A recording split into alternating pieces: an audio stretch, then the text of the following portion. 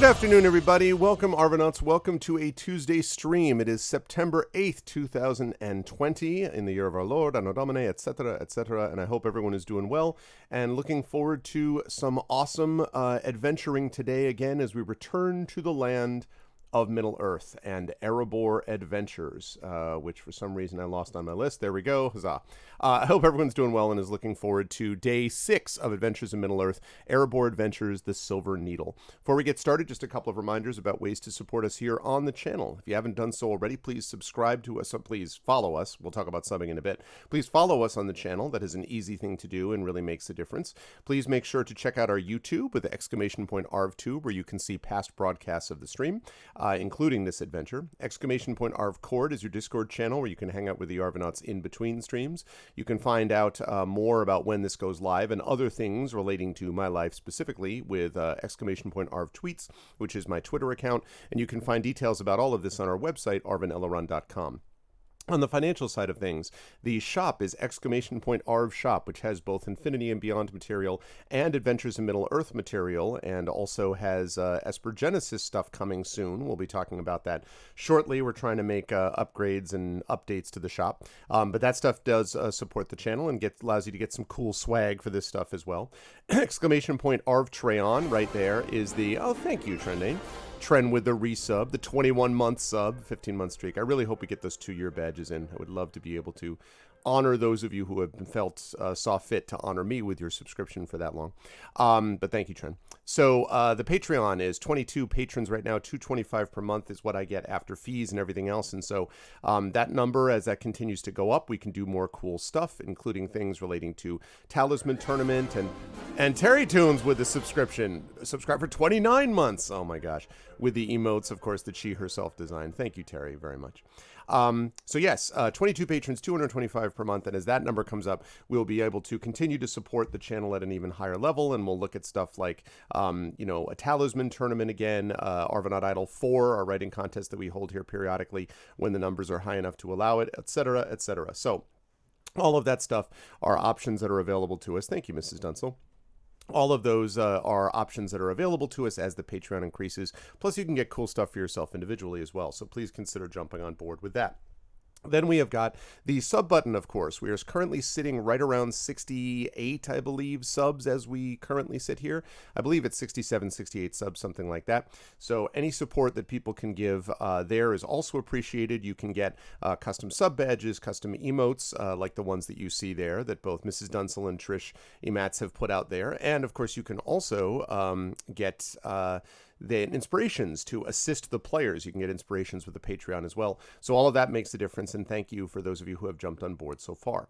Otherwise, the publishing stuff is what you need to know. I had a couple of other people who were showing off. They had just gotten the Icarus and Jelinek books, which was very exciting for me personally. So !Icarus for details about that. The retail release of that is November 10th from Athos Arts, which means we're about 2 months away from the retail release of these. And right now we're sending these to reviewers and people for blurbs and all that kind of good stuff. So please consider jumping on board with that. Library will get you over to Tales and Tomes from the Forbidden Library, which is my 5e adventure sourcebook from the amazing Alligator Alley Entertainment. Proofs are, the print editions now are very much imminent. We have moved forward. We had a lot of things that had to be worked through and a lot of challenges related to the pandemic and other things, but we're just about there. We're making our move, people. We're just about there. In the meantime, you can check it out in the in the digital version on drivethrurpg.com, where it is a silver seller. So please support us over there and let people know if you like what you have seen from that book.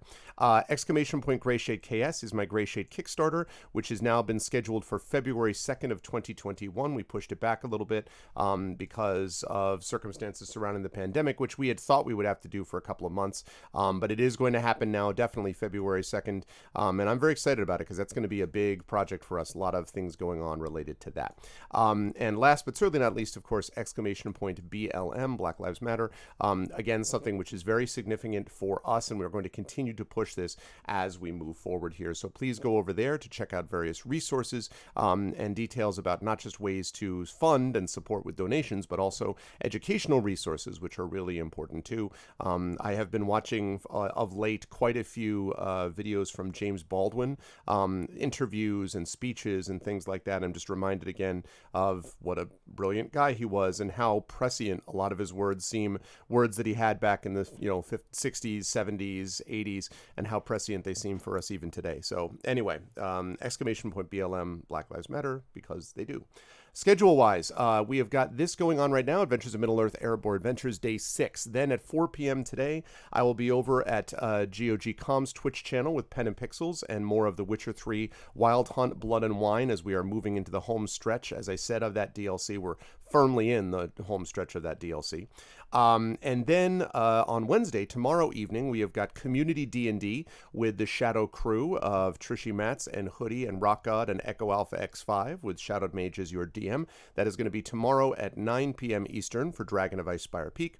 Thursday, we will be off, and then Friday, we will be back here with Esper Genesis at 8:30 p.m. with that amazing Esper crew. And Saturday, of course, D&D with Infinity and Beyond as Curse of Strahd rolls on into Castle Ravenloft. So that's what we've got going on, a busy schedule, a very exciting schedule, and all that, and I'm glad that all of you are with me for it.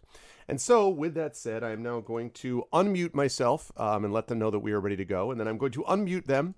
And lastly, I'm going to head over to show you that the crew is here. They are prepared to return to the world of Middle-earth, as was expected. All of them, even those who might look as if they're faking being asleep, who was just talking to me. Yeah, that's right. See, I knew it. They are all here. It is my great pleasure to welcome this amazing crew of players, and I will start by talking about the gentleman right below me, who is indeed awake. And I was having a very pleasant conversation with him about the late Chadwick Boseman and about our mutual admiration for the work that he did and stuff like that. How are you doing, Trent? How's life in the universe with you, and who are you playing? First, as you mentioned earlier, yes, they are out. Oh, I love to see those. They are. You warm my heart. They are all over the place, not just here in America.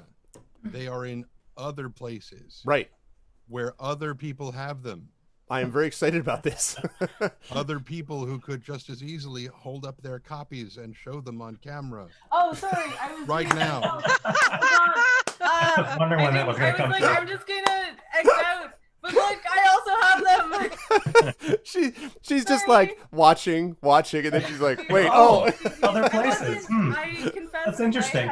I had rotated out of this tab in order to put bets on baseball. I'm really sorry. That's really funny. But here we go. Here they are. They look very beautiful. I actually like. They make a very pleasing pair of things. I will wait until it's my turn to talk about them. That's really funny, Trent. I imagine there's someone in the audience too who's like, oh, and they start looking for theirs. Like, is he talking about me? Wait, is this camera two-way? I didn't know they had that technology. It's so weird. God, what? So hi, I'm Trent Sparks. I'm a professional voice actor and audiobook narrator, apparently not thinker. Although I did have some donuts last night from Blaze Pizza. Since you were playing Blaze Ball, I hear it. Night. And their donuts are basically like if you take garlic bread and just twist them into knots. That's what they are. Okay. Somehow, when they brought the pizza out to us last night, the donuts got turned upside down in the box, and so the cheese butter stuff was spread out all over the bottom of the cardboard, and I had to peel them off. It's still quite edible, but garlic was a little weak, but it was good. It was good pizza, and I don't know why I got off on that particular tangent. Instead of saying that I play Thegin, Thane. Yes, Thegin. Thegin. It was a Cthulhu campaign, really. Right, yeah. Thane Tawnybear the Hearthmender, dwarf friend, who is the group's healer and not fighter. Unless there's a hobbit involved. Right, in which case that's a whole different matter. Always right. A pleasure. Speaking of hobbits. Yes, always a pleasure to have Trent with us, and also a pleasure to have Mr. Brad Bollier with us, who, as I can see, I can't quite make out the shirt. Brad, what do we got for the shirt today? Is this? This one is a Collectivo coffee company out of Milwaukee. Okay. So it's not fantasy related. Just no, that's fine. That's fine. Just interest related. Listen, branding. I mean, if they see this and they're like, "Wow," that's just like, it's about that. How are you doing, and who are you playing today? I'm doing good, thanks. Once again for having me. I have to say, your headphones go very nicely with your hat. You're looking very hipster today. Oh, thank you. I aim Yeah. for that. I also am going to be listening to Death Cab for Cutie after this, so I feel like I've got. No, I'm just kidding. No. I'm not going to do that, but I do want to make the Just have obvious that hipster playing joke. softly in the background. Yeah, I exactly. love them. I love them unironically. Do you love them still I like now that. after they sold out? No, I'm joking. This is just it's the Death Cab. Sold joke. out to the postal service. Exactly. Exactly. Wow. I'm in full celebration mode because I just finished the last draft before turn-in of the 6th book in my Shattered Sand series. So yeah, I'm really excited about it. This was like roughly the 4th draft, before I considered it ready, readable, kind of thing for editors and beta readers. So Side note, I know this from long years of knowing Brad. Brad is the hardest working guy in show business, as they say. Like the amount of work and drafting that he does on these, as we talked about before the stream, enormous books is significant. So yeah, congratulations. That's awesome. yeah, thanks. And I'm playing Bolo Tuk, a very excitable, eager hobbit. Excitable and eager. That's right. And I'm excited to see how things happen. We were talking about, you weren't there but Mal was saying that we needed to restock your bags of flour for that tactical combat Yes, advantage. exactly. That was necessary. I'm Oh, down man. 2, I That's think, right. at this point. There's got to be some new built-in class that we can make, some custom class of, like, combat cook or something, like just combat baker. They just Well, I mean, they have knives. They know how to use pans well. but like I mean, ingredients at you the could- right moment. Right, Like reagent. hot grease You in could somebody. probably just flavor the alchemist class if that thing is Something that's like still a that. thing. Yeah. No pun intended. Oh yeah. I'm Oh, thinking of cute. Quina in Ah. Final Fantasy IX. Of which? Quina in Final Fantasy IX. Yes, whose yes. whole deal is literally actually not only wielding like a utensil in battle, but also potentially eating Yes. the creature. That is a great reference to a great game, Final Fantasy IX, by the way. That is a I great love reference. that game so much. Yeah, it really It's is great. absolutely my favorite of the Final Yep, Fantasy. same. Mine Same. was always, I know everyone hates using it because they say it's overrated. Final Fantasy VII just blew me away so much. Final Fantasy Tactics, I actually think is the best Final Fantasy game. But 7 is right up there, but 9 is right after it. I love 9. I agree with you. Thank you, Red Lear, for the tier 2. Woo! Thank you, Red Lear. I appreciate it, man. Another Canadian awesome person at tier 2 for 21 months. Thanks, dude. I appreciate that very much. With very Which pretty. Final Fantasy is the one that they just 7, which I'm looking forward to playing. They just redid that as a remake. Yeah, 7 just so blew me away that I just, yeah. But anyway, there's a lot of good ones in there, but yeah, 9 is great. Anyway, but always a pleasure to have Brad with us, and also a pleasure, of course, to have the amazing Terry Tunes with us, who is sporting a new headset, let it be known, Yes. and so you can actually hear the clarity, the full resonance of Terry's voice is now unleashed. Yeah, exactly. How are you doing, Terry? How's life, and who are you playing? I'm doing good. Drawing a lot, hence the weird gloves, because when you do nothing but drawing all day, that starts to hurt after a while. So, Yeah. rip. But yeah, like aside from that, I haven't done anything of interest actually. So yeah, just moving right on to my character, Degen Inge Heimfinder, Tochter von Ida und Beraterin von König Dain II. Wow. German is incredibly we- good. Wow, we just classified the joint up here, people. Wow. That doesn't actually make a lot of sense what I just said in modern You're German. right. I Because didn't understand any of it. I got Thane. yeah, like I just looked up, okay, what is the German translation of Thane? And there is none really, but like the same root word is Degen because it comes from Old Anglo-Saxon, so I see. which is a Germanic language. So Yeah. All I'm saying Degen is is actually a type of sword, so but yeah. all I'm saying is you just pull out, if you pull out the German sounding stuff and it's going to immediately impress at least me. I'll just be like, wow, that's pretty cool. Amazing how the person who speaks German as their first language can speak German, right? No, but in this point though, in this reference, Great although, job. It's like a double bluff. It's Mhm. it's like somebody who is German doesn't speak German, you're like, what? That doesn't make any sense. And then suddenly you break out the German, like, oh, I had no idea that was coming. It also didn't make any sense as well. I was talking about this yesterday. My mother, when I was doing my literary, my comprehensives, and when I was doing my language exams for my PhD, I had to do a French translation exam, and I had taken years of French in high school, and I knew some, but my mother was a French teacher, so I called her up, and I was like, Mom, I'm having trouble with this one passage. So I read her this very dense literary critical theory in French, and there's this long silence after I read it to her over the phone, and then she's like, Greg, that doesn't even make any sense in French. I'm like, yeah, well, welcome to French literary criticism, Mom. Thanks a lot. So, I've certainly used a lot of that in my time since then of literary criticism in French. Anyway, but it's always a pleasure. Yeah. I just wanted to say it like that because Tran made that joke about like purposefully mispronouncing sane. So, and I was like, okay, can I like pronounce like the entire title, but like it would be read in German? And then I was like, yeah, no, it makes way more sense to just translate it into German. So here we are. So very, very cool. I'm looking forward to seeing how what Inga does today as the party tries to leave this swamp and go somewhere. But we'll talk about that in a moment. And last but certainly not least, of course, we have the amazing Amal Almatar, who is below. That's you, absolutely, and who is on the bottom of the line, but not the bottom of our hearts. Amal, how are you? How's life in the universe with am you? I not at the bottom of your heart? No, but we do love you from the bottom of our. That's true. That's very well said. So Amal, have you won? How many awards has Time War won this week? I just want to know. Like at last check, 3 more or like 6 more? The thing is that did I can't even remember now if it had won the Aurora the last time we spoke.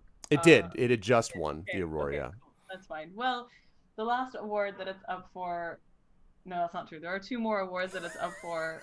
One is the Ignite Award, which anyone can vote on. Yep. It's going to win that too. I don't know. It's up some stiff competition, and anyone that's true. Can vote. So different communities mean different results, and that's super okay because our competition's amazing. Yeah. But also, there's the Theodore Sturgeon Award that's being awarded in October this year instead awesome. of in July the way it usually is. So who knows? We'll see if that comes to fruition. If not, in the meantime, it sure has won a bunch of awards. And Arundel says, I can't even remember now. #humblebrag. I can't remember which last award I told you. The worst thing is I can't remember. It just takes me a second to it was nominated for 10 or more, 11-ish awards, and I think it won. Shit, no, I have to. Sorry. Hugo, Nebula, Locust, Stabby, Bisfa, Aurora, and I think that's it. Six.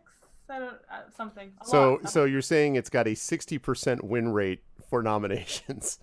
That's pretty crazy. And as far as expecting a movie to be made of the book nonstop, I mean, I think there's a TV option on it right now, and Max and I have actually written the pilot for it, and it is now being shopped around. So that's where we are at, and that's very exciting. There is absolutely no guarantee that anything will come of it, but it is still... It would be a great TV series too. Like, it would absolutely be a great TV series. I agree. I think it will be very cool, especially because like one of the things that people say about the book when they read it is that the world building is very backgrounded, and like, oh, I wish we could have seen more of the world building. Well, in this, let me tell you how you do that. Yeah, no, I'm obviously rooting for it. Who are you playing today, Mel?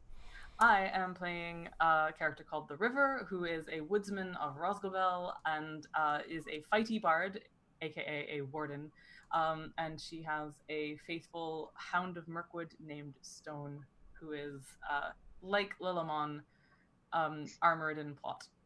It's good stuff, and it is my great pleasure to welcome everyone here as I continue with the Erebor Adventures. Let's talk a little bit about what happened last session. I'm going to play a little bit of the Greenforge studio music that I talked about last month. I also want to...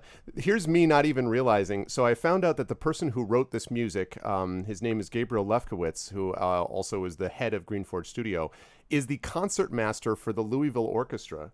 and wrote and did the soundtrack for Pop-Up Dungeon, which has been everywhere. And I was like, oh, okay. And like just sort of randomly, and then here's this person who like reached out to me. And so, and is also from Boston. So I'm actually looking forward to perhaps working with him in the future on several things, including, more stuff with this. So anyway, it's good stuff. And now I know why, because it all kind of fits. Okay. In our last session, yes, Tren, yeah. Just a quick question. Theodore Sturgeon, did he write The Incredible Mr. Limpet? Sorry, never mind. It's a fish joke. Just go. Really? What? I don't. What?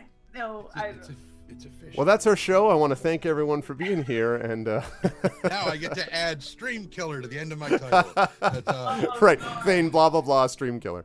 Were you make a joke about is Theodore Sturgeon related to the river? Because that would have been something. I don't know that it would have been good, but it would have been something. The Incredible Mr. Limpet was an awesome story too. I don't know. Man, I never heard of it. Leave this house. Don Knotts plays a guy who mushes more than anything. It's a Disney movie, I think. He turns into a fish, and he has. Wait. What is it called? The Incredible Mr. Limpet. Never mind. Go. They can look. Yeah, it's at a whole different scale, Terry. Oh, Nice. no. Never heard of it. Oh, I hooked you with that I see one. pictures of the fish though with the glasses. Yeah. That I remember. Yeah, that's right. Someone out there got it. So in our last session, exactly, and so it begins. My chat regulars are like, God, don't get him started. Stop now. Save yourself. In our last session, this amazing crew of the company had come down to this area of Wilderland in search of someone who was apparently this group of bandits that was promising trouble, let us say, in the city of Dale, and had promised that they would do bad things, and which was responsible for an attack upon a well-known seamstress and embroiderer from Dale known as Kelda. So the party had come down here following leads given to them by several people at the scene, giving them information about where they might be able to find these people. And what they began to find as they went down further and sort of put together was that it was difficult to follow this trail, but it was not so difficult that they couldn't do it at all, which made some, in particular Tani, suspicious about what this might mean. And when they arrived in this bog, which was basically this one section of the Long Marches, or at least the northeastern area of the Long Marshes, they found themselves in an area which was fairly isolated from everything else around them, and found themselves in the midst of an ambush. It was an ambush that they had a little bit of preparation for, but not completely, and it was a difficult fight. They ended up fighting a number of orcs, including one big one who caused them problems. But thanks to working together as a group, fighting together collectively, and some well-placed bags of flour from Bolo, in addition to some healing poultices like no one's business from Tani, and some great DPS work from both Inga and the river, the party was able to fight off this ambush. But they had one orc that was remaining to them that they saved and attempted to start interrogating, and the orc had just told them, after saying that he would be killed for giving them this information, that this was all set up by Longo, when an arrow shot from the mist pierced him through the throat, and he was just able to gurgle out, "Longo's eyes are everywhere," before keeling over and dying as the party heard rapidly retreating steps into the mist beyond the bog. And so that is where we will now hand things back over to the party. You are now about, I want to say, 2 days journey, I think is what we said, about a day and a half maybe, from Dale. But this day and a half journey, almost 2 days, was going at tracking normal speed. So again, it's up to the party what they want to do, but the information that they have in front of them is what I've just mentioned. They are still somewhat injured, of course, and this interrogation has just been cut off by this arrow through the throat. And so now I will hand things back over to the party. What would you like to do? Inga would like to inspect the arrow more closely. Okay. So just quickly, at first glance, it is a thick black feathered arrow. The wood is sort of rough black wood, and the arrow head you would have to pull out of the thing's throat, which, if you want, it's actually pierced through, so you could just roll it over too. But it is. Well, then it would probably make more sense to like pull it through. Yeah. Okay. Yeah, so then you I could rip do it out with terrible ripping Yes. sounds out of the throat. And Not now you see everywhere, this. I hope. Yes, absolutely. It's spraying everywhere. So you now see this bloody arrowhead in front of you. If I'd like you to make an investigation check for me, please. Yeah, sure. Yes, feathered with a flamingo feather. No, it's not those things. Ah, Arrow is fabulous. Investigation, yes. yes. Ugh. Bolo thinks it might be an arrow. Inga's not sure. Like, really? Are you sure this is an arrow? I'm Because mostly cringing at all the blood. yeah, he's like, ugh. Right, exactly. Can I assist with Sure. investigating? You can investigate yourself if you wish by looking at that arrowhead if you want. Okay. Absolutely. I think does it count with like my thought is like since Stone has been sniffing at things and stuff that he might also sniff at to this. Yeah, so there's two different things. What Inga was doing was looking to see if she recognized something of like the design of the arrow, I think, basically the kind of arrow. That's not that Stone wouldn't be able to help with that. If you wanted him to sniff on like the blood or whatever, you could have him do that, but if you want to investigate sort of the look and design, that would not be something he would help with. So cool.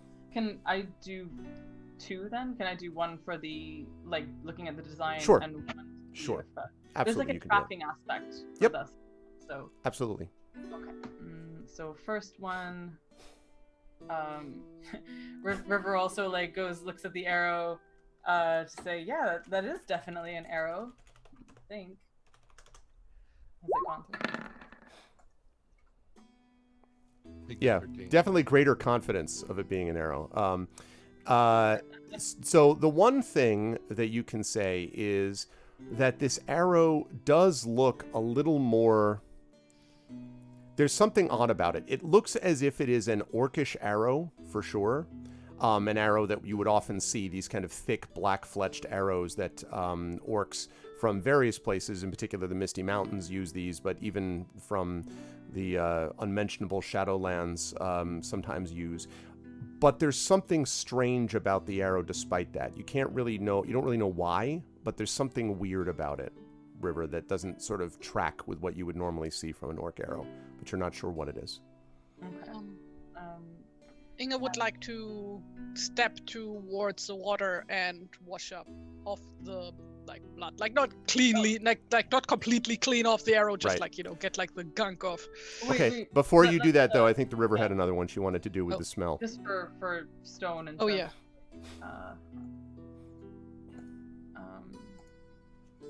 Wait, Stone is not doing that roll. I am doing that roll at advantage with Stone. Right. Right. Okay. So Stone gets up close and sort of the River like holds the arrow up to Stone's nose, and that will be a 16. 16.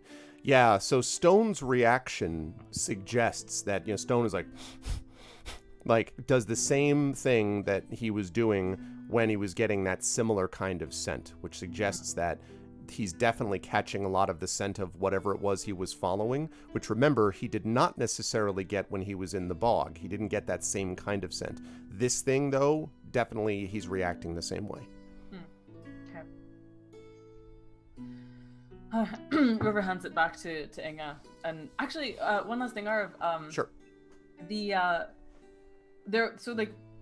There were two kind of major sources of information last time, right? One was the orc who got shot through with the arrow, but the other was the leader of the orcs who started like running his mouth off before we killed him. Yep, that's right.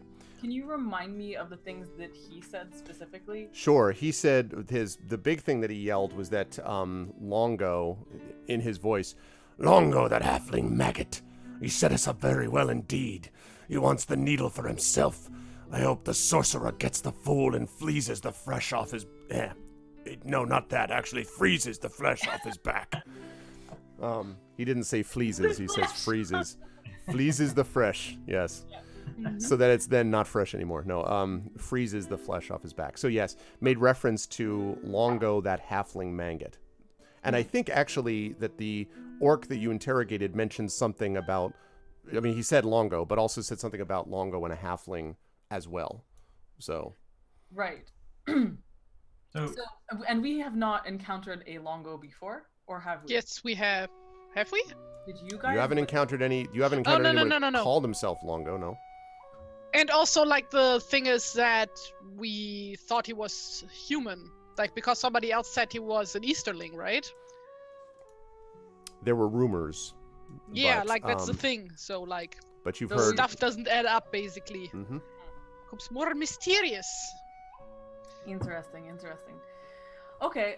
So while Inga takes the arrow to wash it and stuff, River is gonna like turn to Bolo to see kind of how he's doing with all of the blood gushings and things like that. I'm standing away from the bodies at the moment, sort of collecting myself a little bit and centering myself after the rather scary battle. But I'm okay. I think I'm okay. River is gonna like just sort of gently clap a hand onto his shoulder and say, "Bolo, you were fantastic in that battle. That was the trick with the flower and that was genuinely very well done. I don't think we'd have come out as well as we did without you." Thank you. It was all I could think to do. It's dangerous out here. Did you know that? Yes. Good. Keep that in mind. It's important. Out in the wild. Bolo, have you ever considered learning a weapon? Well, I'm actually pretty good with the knife, and I can hit with my club fairly well. And I've been known to swing a sling now and again. It's like it was occurring to me that given that you seem to be very skilled at keeping out of the way and at hiding, that you might actually be particularly well suited to the bow, to ranged weapons, to sniping, as it were. Oh, well, that's a good idea. I'll try that next time. Inga is our best archer by several country miles, and I think that you could probably learn a lot from her. I don't know what miles are, because where I come from, we use a different system of measurement among us dwarves. I'm pretty sure the rest of Middle Earth also uses miles. Yep. Imperial bastards. Yeah. I use kilometers, okay? We know that hobbits use miles. I have a question. Since I now have a character sheet, I did take history. Have I heard of Longo? Could I make a roll to see if I've heard of Longo at all? Or would that not be something that would be... It's a good I question. hadn't been out of the Shire, so if it hadn't... Right. That area... That is a good question. 1 second here. Let me think about... Also, I added the black arrow to my inventory. Just so you know. Oh. I'm feeling this thing is gonna be important. You can make a history check for me, sure. Go ahead and make a history check for me. Oh, wow. You know everything. No. Goodness. You think you might have heard, Bolo, in the process of your travels, maybe even in your traveling from the Shire here. You may have heard references at some point to a bandit who was known as Longo, who was always described as being of different races, different places that the person lived. You've heard sort of different little rumors. It's like one of those folk tales, which there are thousands of these folk tales that exist upon the road, and you've learned to take them with somewhat of a grain of salt.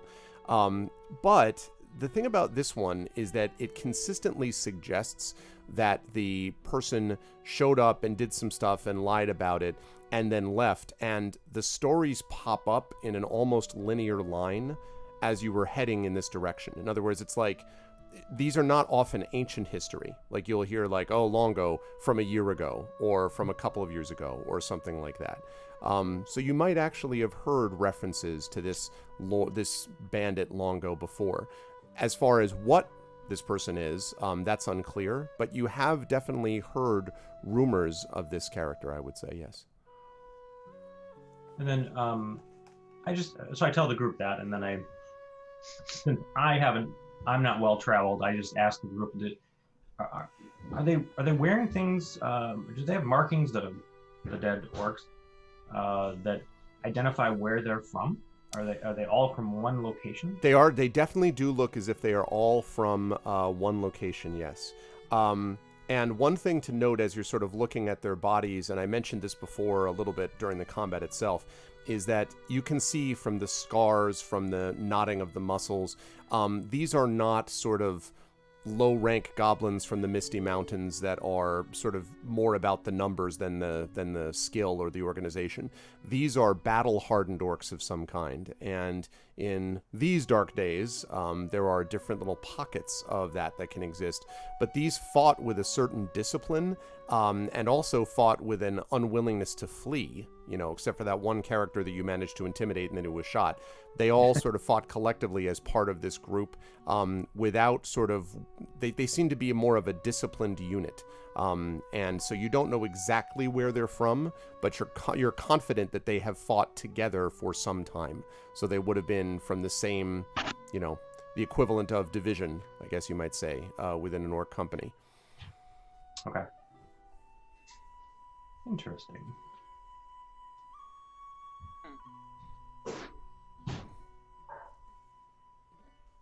So we were tracking these guys, and I know there was an ambush, but there's still some group that we didn't come across because this one got slain, the last one.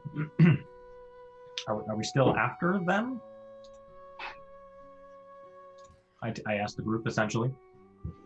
Well, we've been led to this dead end, and it seems to me that I'm quite concerned that we've just been led away from the place where perhaps we should have stayed. Wait, why did this is basically a little hill in the swamp, right? Where we are right now. A Wasn't hillock. that the thing? Yeah, kind of like a hillock, but yes, more or less. Yeah. And we came here because we saw smoke, right? That's there had been you'd seen there had been mist all the way around. You'd found little bits of these trampled down, like these plants that don't belong there, and things like that brought you onto this hillock. And then yes, there is this what looks like a recently cleared campfire. And beyond where the fight took place, the hillock kind of narrows very quickly and just leads back into the swamp. You could probably go a little further if you wish and sort of search around this hillock, but all around you is a lot of sort of bog area, and as you look around, you can see that probably was the intention, because it would have made retreat very difficult. You would have had to slog your way, just like you did to get up here. You would have had to slog your way out. It would have been, retreat would have been a problem. Fortunately, you were not into that whole retreating thing, so it didn't work. What time of day is it? At this point, I would say it's probably early afternoon, probably 2 o'clock or so. It's definitely light around you, but there's no sun breaking through because of the strong, mist and fog that hangs over the marshes. So, another question I have, and I'm not sure if this is in character or not yet right now, but it's just this arrow shot out of the fogginess and killed this person. But we don't know if we're still surrounded by people or if there are still people nearby. Right, you don't know for sure, although it certainly seems silent at this point. You're not entirely sure why they would have waited longer to attack, although it's possible they could be waiting for you to drop your guard. But remember, the arrow shot was followed by rapidly retreating steps from a good distance away, too, by the way. Like a good distance, that have now since, vanished into the sound is now gone. And in case you're curious, the sound was in the direction that you had come from. Okay, that's the other thing I was wondering. So yeah, so basically, River is sort of mulling over this stuff and just kind of says to the party, you know what their chief said makes a certain amount of sense, that they were set up as much as we were. Otherwise, why wouldn't someone lurking in the shadows able to fire on this battle fire on us and help them? I think we are someone else's cleanup crew in this respect. They wanted us to get rid of these orcs as much as they hoped these orcs would get rid of us. Well, to be fair, those who are not like those who are enemies of the orcs are my friends. So, I would be wary of making statements like that. I mean, I sympathize, but he spoke of that needle, and that needle was the only thing that do you remember the whole reason we came here is that there was an incident, there was that sweet old woman's Kelda. Sorry? Kelda, yes. Kelda was attacked, and they tried to get her needle. There seems to be something special about it, but now we're Did they get it? They didn't. She still had it. And now we're not there. And now we're not there. Oh.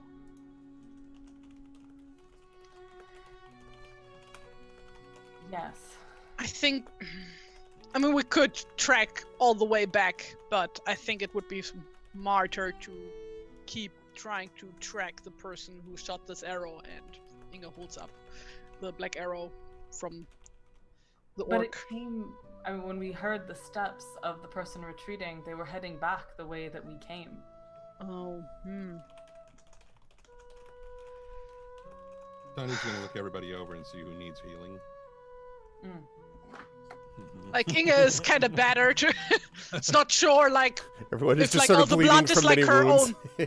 Yeah, it's like not clear if like the blood is her own or the orcs or both. Yeah, River's at 31 of 50, and Stone is at... Oh wait, I can't tell what Stone is at, actually. 20 of 28. 20 of 28. If it's possible for you, Arv, can you adjust the, like, because he's still at max 24 on the sheet. Oh, yes.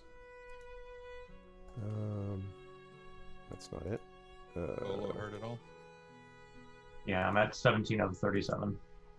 Okay. Should we take a short rest? Not yet. And so Tony goes through and starts bandaging folks Here we go. before taking his short rest, because that will reset his thing. So I'd rather spend the remaining 5 that I have healing everybody and then get them all back. Makes sense. Rather than just get 2 for no expense. So I guess we make lunch camp. Lunch camp, baby, lunch camp. Yeah. All right, Inga. I didn't know Yes. we bank for meals. 15 points back. Ooh, Okay. very nice. So, back up to 41, I believe. Yes. The river gets 9? 9. sure, yeah. So, 40. Yeah, that works. How does healing magic work lore-wise in this world, anyway? Because that's not a thing in the books, is it? Well, it certainly is with the elves, but with elven healing magic, but with just sort of regular healing magic. No, it's more, the poultices and the herbs, though, really have an almost magical quality. If you think about Aragorn, you know, with the hands of a healer, like, he does stuff that's kind of beyond what normal humans should be able to do with just a couple of herbs. Like, it has something to do with, I guess it's skill indistinguishable from magic at a certain level, you know? It's like amplified skill, baby. Yeah, Like magically exactly. amplified skill, Exactly, I see. exactly, There's yeah. also the fact that so much of the wounds in the books tend to be sort of shadowy and mysterious as Yeah. well. Like, they're far less about the hit points and broken bones and stuff than they are about, like, grievousness. And, Yes. I was thinking about, we just finished reading in Return of the King. We just got past the Pyre of Denethor, and so with my daughter, and so her sort of listening to Faramir, who's wounded for a long time in the book, and just like lying in this fever, basically in this shadow state between life and death. And there's a sense of shadowy wound quality to a lot of the wounds that they face. Yeah. Mm-hmm. Okay, so we got that for. He gets 11 points back, so he's probably full. Is that 11 to Stone. to stone? Okay. Oh, yeah. Yep. And for Bolo, Yeah, almost alchemy or no? Yeah. 15 points back to you. Wow. Nice. Eat it. Thank you. And finally for myself, 13 points back to me. 13 points. One actually other thing. So. Oh, never mind. Okay, I was just looking at Staunching Song of the Woodman to remind myself, and that one is after you finish a short rest, you may sing this song to recover a hit die plus your Constitution modifier's worth of damage without expending one of your hit dice. That which could be useful for that, because how much you've got to Tani has to have blown through a lot of his healing, I would assume, at this point. That was the last one. Okay, and he's not going to get it all back on a short rest, and he can't do a long rest until you get to a We'll sanctuary. get them back on a short rest. Right. They all come back in a short rest? Yes, all of Okay. them. Man, you're healing And then, so good. So Hi, Snow. by spending inspiration, I may do the same for all the other members of the company. So if I were to be inspired, then like River can sing a staunching song after the short rest. But anyway. If you were to be inspired. If, say, Chad happened to slip and Fishing. accidentally inspire you. Yeah, it really is. You've heard of spearfishing. Perhaps there's a new Inspiration fishing. inspiration fish. Yeah. Fish spring. Spirit fishing, if you will. So I'm just is Tawny just like going from person to person and healing and stuff? Cool. And I'm trying to remember. Oh, anyways, just as that's happening, River will definitely like say to Tawny as well, like, definitely could not have gotten through that battle without you. That was more difficult than what I've been used to the last little while. Seems a bit odd that with as much as we have whittled away at some of the servants of Shadow, that they seem to be getting stronger the more we do. It's very troubling. It seems that as often as we travel to beard dragons in their lairs and fight whatever needs fighting, that something darker always grows in our wake. I haven't tired of traveling, but I don't know what to do with this. We can't be everywhere at once all the time.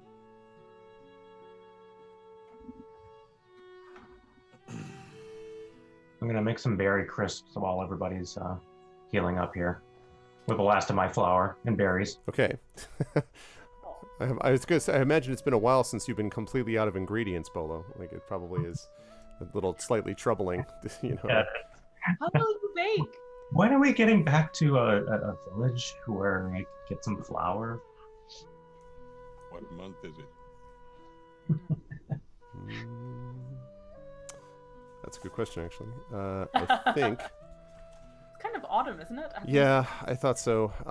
Actually, the end, right about now, the end of the summer. So we're looking at like early September. It's actually pretty much right now is what we're looking at. Yeah. Right now in 2020. No, not 2020. Thank God. It's the year 2957. 2957.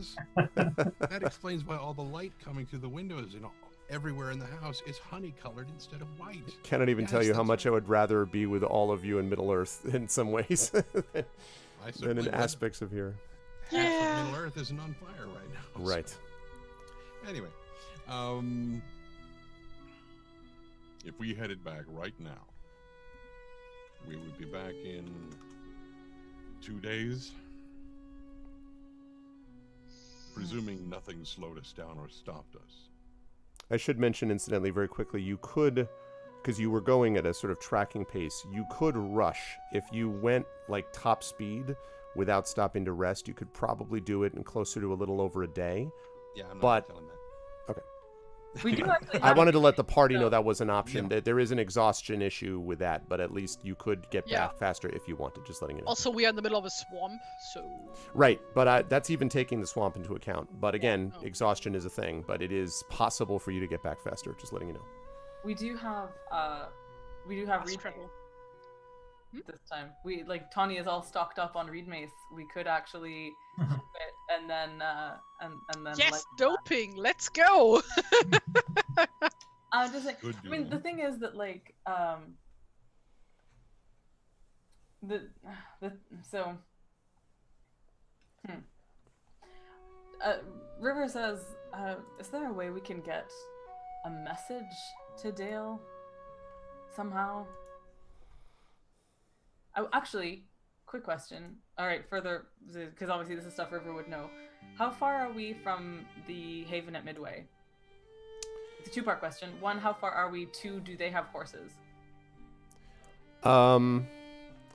As the answer to the first part is, you're probably about a day's journey from the Haven, maybe a little over a day, because you do have to go around this sort of set of higher cliffs is a little bit strong, but high areas that are sort of around. You may remember I mentioned that to the east there were these kind of high walled areas sort of above the bog, so you'd have to go around those, but still probably about a little over a day's travel to the Haven. They should have horses, yes, and that would probably cut down the travel time, but it would still, it might cut 3 or 4 hours off the trip. So if you went to the Haven first, and that was about a day and a half, a day, a couple hours, and then went straight from there on horse over back to Dale, it would be, maybe you might have saved a few hours and you wouldn't have exhaustion necessarily, but that's assuming no stop at the Haven at all, other than just like, hey, how you doing? Give us your horses, type of thing. Well, Because I'm thinking of it in terms of sharing information as well, because if there is, if we just fought a posse of orcs there, and there is something to, I feel like there's a certain degree of potential warning to do, even though everyone at Haven is sort of a seasoned warrior. But that is a thought. The other thought I had potentially was we could put Bolo on Lillimon and just send him to Dale. His tiny little legs out of the equation. I have this image of Lillimon going, it's just like, But just in terms of who do we? Right now, who do we know at Dale? Who? There's the King Bard, obviously, but you guys have patrons there. Is it Bard who's your patron? I believe Bard is my patron, yes. Yes, because he forgave me Yep. for the Battle of Weimar. That's right. Mhm. Yeah. So, how fast? Forgave me for my part in the Battle of Weimar, not for the whole thing. Yeah. Yeah, that thing was all your fault. Yeah. Yeah. I guess there are two things that we need to figure out. Are we trying to get back to Dale as quickly as possible, or is there another thing open that we can do? Because it seems the stuff that we know is that there's this Longo guy. He has successfully diverted us away from Dale and eliminated our source of information and gotten rid of used us to get rid of these orcs, essentially. And he seems to be a kind of crime boss. So there seems to be a degree of, we need to investigate this more than we can track at this point, which suggests we need to be back in a city. But that's kind of Why was the group headed to Haven at Midway in the first place? We weren't. They're there because that's so we can have a long rest there, which is one thing to consider if we want to replenish long rest effects and things like that. River's girlfriend is there, which is not a motivating factor at all. But also, but the question was like if they had horses and things, then we could potentially all go faster to Dale. Yeah, but like looking at the map, that would be like, you know, off the path away from Dale, then Yeah. on the path back towards where we would meet up with its. Yeah. it makes much more sense to get horses in Esgaroth. Can we do a long rest at Dale? Oh, sorry, Dale. Wait, did we come from Dale or did we come from Esgaroth? We Sorry. came from Dale, right? Came from Dale originally. It was right Yeah. outside Dale, actually, where this happened. Sorry. Okay, so yeah, never mind. That I wasn't looking at Esgaroth on the map at all. Also, because this is a known land to Inge, she can find us a safe place for a long rest anywhere. So, Oh, right. well, like once, I think. It didn't like the phrasing is a bit unclear. It says up to one place to have a long rest at. So up to one. That's great. yeah. I guess the think issue is really just that something like we don't have time for a long rest either. If we wanted to be going quickly and stuff, it was a thought that I had. But I mean, we definitely know we're doing a short rest, and then after that, I guess we're hurrying back along our own steps. Okay. Okay. So, you are going to do the short rest. Yes. Okay. So, I want to roll a hit die. Okay. What was my hit die again? I forget. But wait, maybe you don't have to. Oh? I don't know. Does anyone want to inspire? We shouldn't waste inspiration on that. You sure? Okay. There are more pressing. That's very early in the month. Let's. the inspirations have been reset, so people do have them. They used one, Arudinil used one for the Soundclash Brandon's game on Sunday, but otherwise, they are intact, so to speak. While we're doing the short rest, is there? I mean, can any of us do a sort of lore check and stuff on magic needles, on like any stories or songs or things that we know about silver needles that are magic? Trying to think if you'd be able to know anything about that. So, as far as the just quickly channel inspirations, Giga, there is one that's remaining. Mrs. Dunsel has one that she got from redeeming channel points. So if you have enough channel points, you could get the second one if you wish, Gigafrost.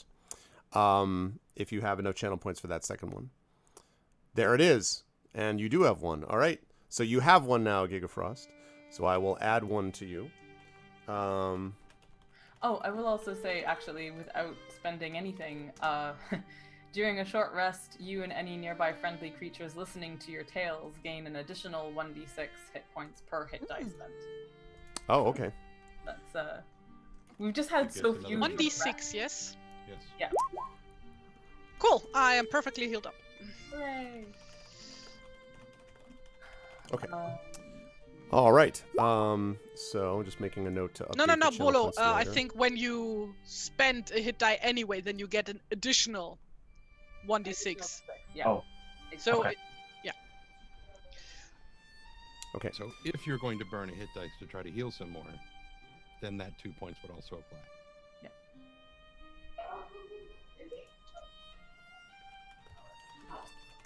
Okay.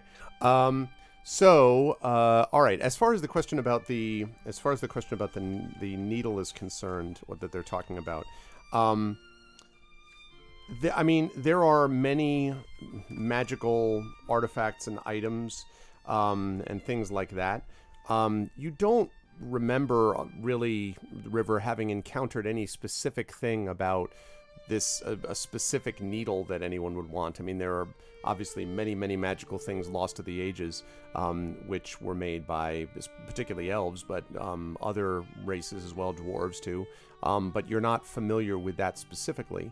You do remember, of course, thinking about it though, that Kelda had specifically mentioned that she wanted to make sure she didn't lose her needle. Was the biggest thing when they had knocked her over and all that stuff. Yeah. So you do know that, but beyond that, you don't. I don't even think you may have even seen the needle that she was talking about. Maybe just briefly, but you did notice that it when she was repairing Robar's cloak. That's probably true. And the embroidery, I think I may have mentioned, was extraordinary. Yeah. That she Super did. fast. Yeah. Did she? Yeah, she embroidered River's cloak too, didn't she? Yes, that's right. Yeah, that's right. Yeah. Yeah. Okay. Or roll And on she it? gave a freebie to Inga, I think. Like Inga was like, "Yeah, I don't know what I want right now, but can I get back to you?" Yep. That's right. Which I know already what I'm gonna use that for when the time comes. But shh. Aww. Were you going to make a lower roll on that? Oh. So I mean, I guess what I was going to say was I don't know that a lore roll would help you here. Because I don't really think you don't really have any base to work from. I don't think. Well, that's why I was asking, because I can think of one. Oh, okay. What's the That's what's why the I base of was- it? Nursery rhymes. Yeah, but there's nothing not specific to this. I don't think. Yeah, I really, because I just don't think there's a point to make you roll something for something you really have no knowledge of at all. I don't think so. But again, without making a check, you've been able to put 2 and 2 together about those things that we mentioned, those elements in the story to this point. But no, I don't think you know anything historically about them. Okay. Would Inga maybe have heard of this because she has traveled a lot? Yeah, not really. This is what none of you have heard of a needle per se that was that had magical qualities or anything that was particularly unique about it. But again, you also you have almost zero information to work from other than this old woman with a needle. So, yeah. Well, regardless of having the information or not, while they are doing a short rest, River will tell a story from her childhood about an old woman who was so deft at weaving with her needle and thread that the what are they called? Oh God, what is Varda? What are they called again? The 7 or The Eluthar's children? I'm sorry, the what? The Valar. No. The Valar. Yeah, the Valar. Yeah, the Valor. So the Valar so admired her weaving that they lifted her up into the sky so that she could string shapes between the stars that Varda had placed there, and that is why we have constellations, because even though we can't see the threads between the stars because they're such fine work, she has woven their shapes into our memories and into our stories, and that's why we see a sickle when we speak of Varda in the stars, and why we see a bear at the other side of the sky and stuff like that. So anyway, that's the campfire tales from which you can get your Good stuff. hit die back. Okay. So, yeah, and just checking in here. So I think, and Gigafrost has inspired River Oh, with great. the channel points inspiration. Thank you, Gigafrost. Aw, thank you. All right. So well used, Gigafrost. See, that's that kind of Johnny in the spot that we like to see. Good stuff. Thank you, Gigafrost. So are you guys, where are you at here? So I mean, Campfire Tales means you get an additional D6 if you are spending a hit die, but if you are not spending a hit die, and I have its inspiration, we can use it for Staunching Song of the Woodsman, which is, again, recover a hit die plus your Constitution modifier's worth of damage without expending your hit dice. Forgive me. What does it mean to expend a hit die? Yeah, go for it. If you look on your character sheet, you've got your hit points, temporary hit points, and under that you've got hit points and your death saves. I'm sorry, hit dice and death saves. Yeah. The word. What's the number in the hit dice square? Should be 7. Yeah. If you click the word hit dice, whenever you're having a short rest, you can click these hit dice to regain. It's basically you bandaging yourself up. Okay. A short rest. You click the word hit dice, that will roll your whatever your normal hit dice number is plus your Constitution modifier, and then you'll be able to add a d6 to whatever you get. Okay. And the hit dice don't get restored until a long rest. So Right. So once- be very careful where you use them. So that's what so either you can expend one with Campfire Tales and I don't spend inspiration, or I spend this inspiration and you guys all get to do that same mechanic without actually spending the hit dice. Otherwise I would hang on to the inspiration for some other thing, but I leave it to you because Inga's healed up. And how are you guys doing? I'd say hang on to it. What's 36 plus 14? Yeah, I'm only 5 off maximum. Oh, I forgot. Does our inspiration expire in between sessions? at the end of the month. Yeah, exactly. Not between sessions, but at the end of the month. So got one more. Because I had inspiration. Oh. From last time. Sorry. I think. Rat. Okay.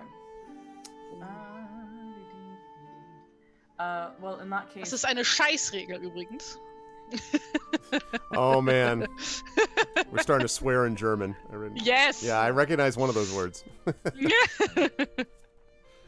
All right. Well, after a short, so once they have done their short rest, River will just kind of quietly be singing to herself the staunching song that her father taught her, and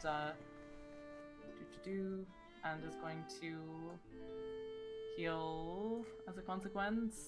Sorry, again, hit dice plus Constitution modifier. Yes. So. Hear that song, please. Sorry? I would like to hear that song sung. Oh. The staunching song. Learn from her father. Yes. Yes. Well, Are you addressing the wounds directly during the song? That's a secret. Oh. What is that What the noise? heck? What is that noise? That was wacky.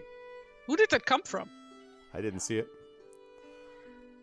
What is my Constitution modifier? It is 2, right? So that's 9. So that I think takes me. Put you at 49 out of 50. I'm gonna experiment with something here. See if that was me. Okay.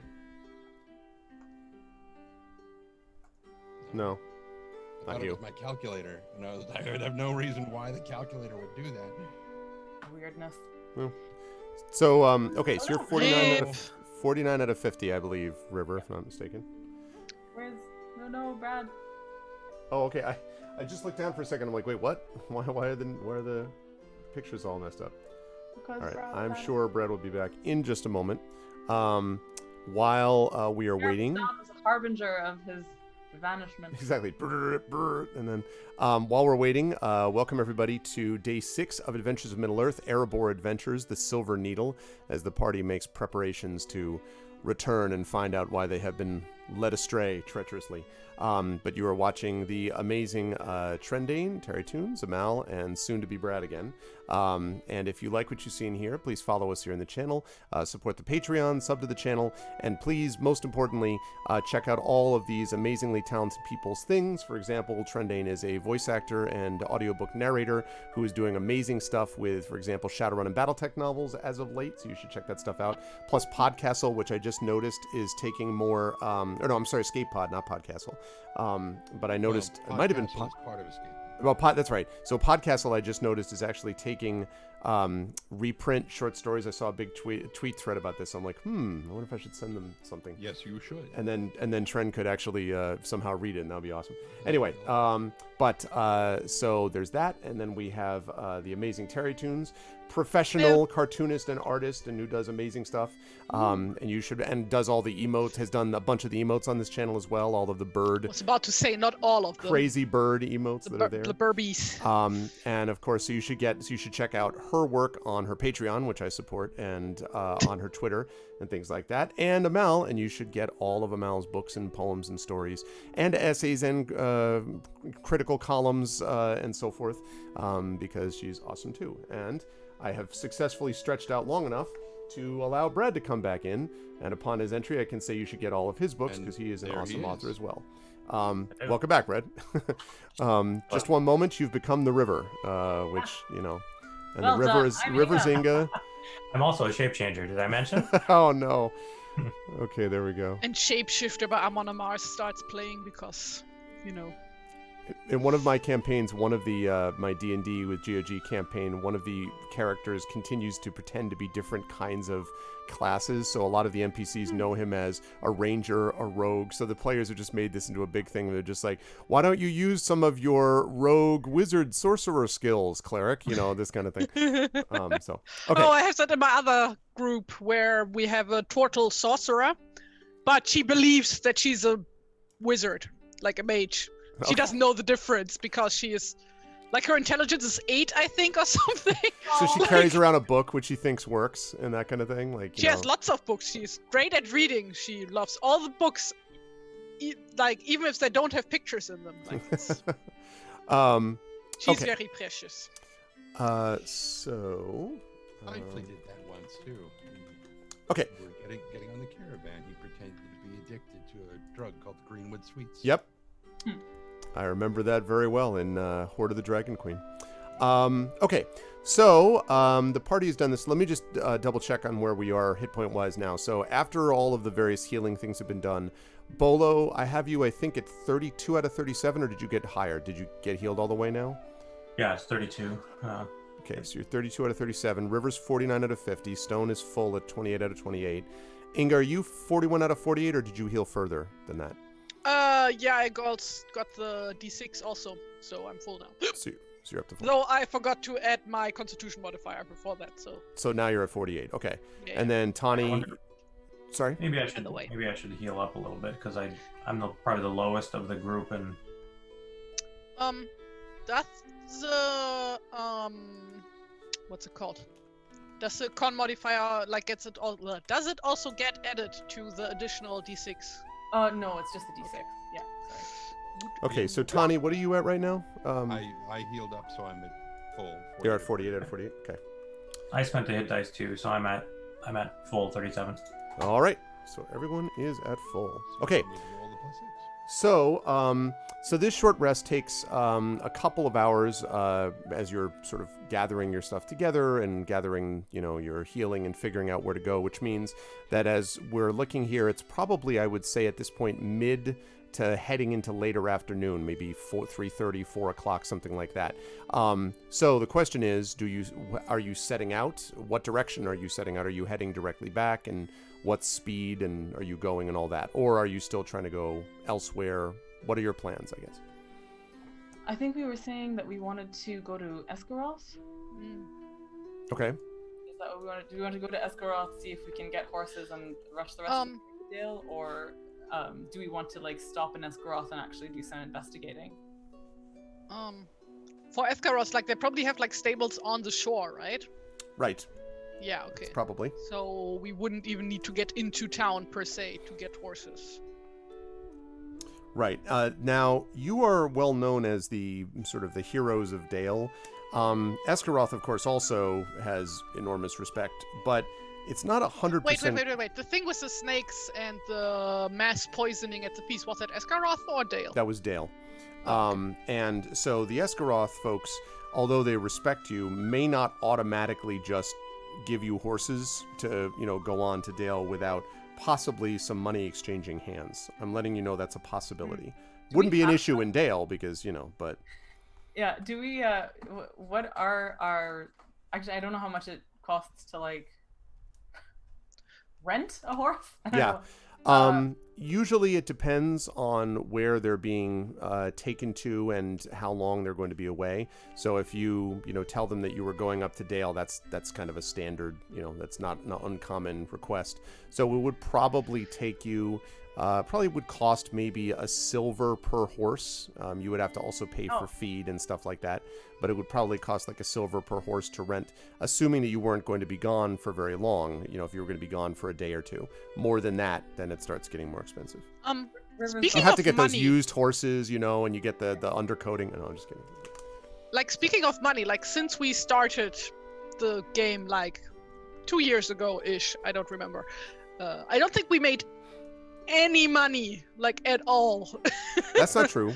You have No? found no, that's not true. You have found on several occasions several bags Yeah? of gold, but what you often tended to do with it was immediately put it into things like Oh. investing into your people's, you know, into your family home, Inga, and like paying for money to set up the haven. And so you guys just I don't see. you don't let money stick with you is the thing. You just take it and you're like, quick, use it to make lives better. We you are know? putting it into the economy. Your 401ks are terrible, but like, you know, the rest of it is. I mean, I think the Haven is supposed to. There was some issue of like getting land that gives you an income or something like that. But That's right. Yeah. Mhm. It's not established long enough to have done that yet, but yes, it will eventually be able to do that. So River's got 7 silver pieces and 1 gold piece per sheet. So that, I mean, that would probably be enough for us, especially if we, like, I mean, we really probably only need, what, 2 horses? Because Inga is short and... Wait, first of all, how much was it again to rent the horses up towards Dale? You would guess about a silver. Yeah, Silver. Inga's gonna pay for that. Fine, we have way enough money for that. Okay, there you go. Okay. Not an issue. Okay. Cool. That doesn't Because count. That doesn't dwarves count of feed. the Erebor But yeah. is dwarves of the Erebor are rich, filthy, stinking rich. How much money does Inga have? More than enough. 400 lady platinum. No.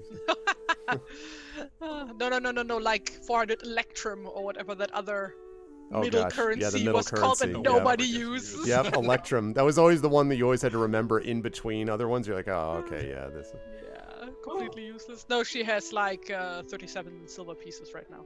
Nice. Okay. River is used to just paying things with a literal song. You know. Yeah, Oh, okay. Not an illiteral song. just Ah. costly song. All right, so are you heading? So is that the plan? You're going to head back to Esgaroth, and then from Esgaroth up to Dale. Is that? Yes, sure. And then I guess the other question is, assuming you're doing this for speed reasons, you're not going to stay in Esgaroth for long, I would gather, right? You're just getting the horses from the stable and heading on. Is that accurate, Well, I or? mean, my thought is to try and, without staying long, like trying to get a sense. I don't know if there's a game mechanic for this and stuff, but if I wanted to see if there's any information about Longo or hear what the rumors are about Longo and Esgaroth, is that something that has to take a set amount of time, or is that something that that can be like, you know, exchanging words with the stable hand or something like that? Right. I mean, that's exactly it. It will sort of depend on how comprehensive you want to be in your search. If you just want to gather rumors from the ones that you can find very quickly in Esgaroth, like a stable hand or, you know, one of the, you know, villagers ambling by, as they say, you could do that fairly easily without taking much time at all. If you're going to do more extensive stuff, then it is going to take time. It'll take some hours to be able to track them down, because Esgaroth being considerably smaller than Dale and not more spread out, but I mean, the people are off doing their own thing. So, you know, Dale is much busier and, you know, always filled with things, especially this time of year, you've got the market going on. So Dale is much busier. So Esgaroth's pretty quiet. So finding people that might know stuff would take considerably more time. So The yeah. other problem to consider is the fact that, as our pincushion over there indicated, Longo has eyes everywhere. We start asking questions without first establishing some modicum of stealth in our investigations. He will almost certainly hear of it. That's a very good point. Additionally, I think we might be able to, if we can take the time to negotiate, which I don't think we really can, to ask if anyone in Escaroth needs messages delivered to Dale, and we can offer to act as couriers, since we are somewhat trusted, to see if we can cut down on the cost of feed or whatever. Actually, as per cost of feed, I should also say the thing that River has that is not a patron, she does have the sigil of your master. So as an emissary, you are entitled to a certain consideration amongst foreign peoples. While you cannot speak with the authority of your lord and master, you do receive some official respect. You can expect to pass through the lands of other free peoples unmolested, be able to call upon other kings and chieftains for lodging, and be received into the halls of power. Mm-hmm. So, yeah. No, these are you raise very good points, Tawny.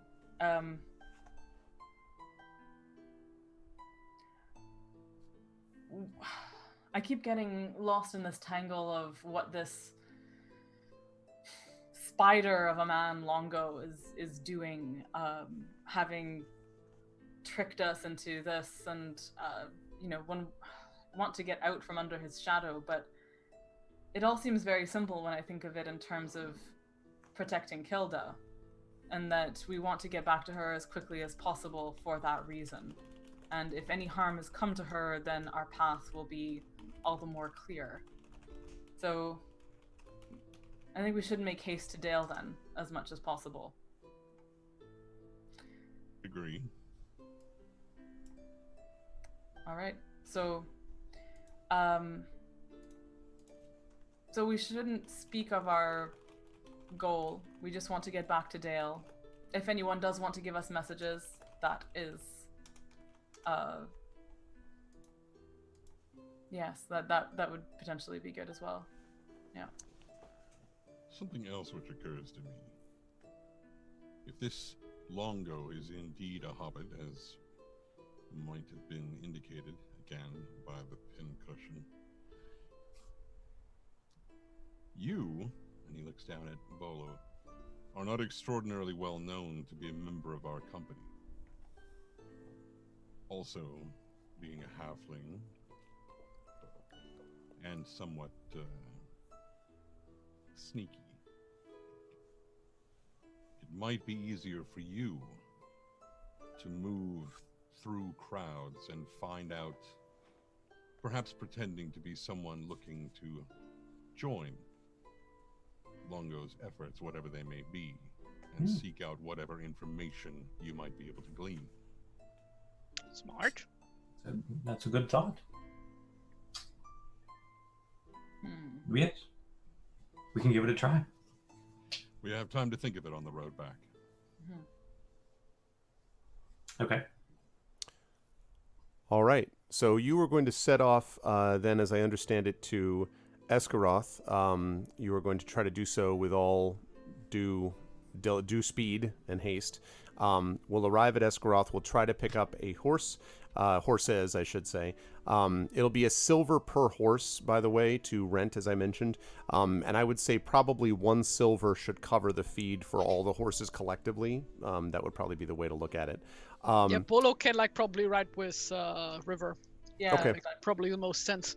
Okay. Yes, you're going to get game So with 2 3 horses. horses. Okay, 3 horses. No, 3. So you're looking at one of which should be a draft horse for Tony. the big Clydesdale. Yeah. So Or okay. Percherons, that would be cute. Yes. So you're going to do that, and then you're not going to, if I understood this correctly, try to gather too much with Escaroth. You're going to head up to Dale, at which point you will then start doing your investigation.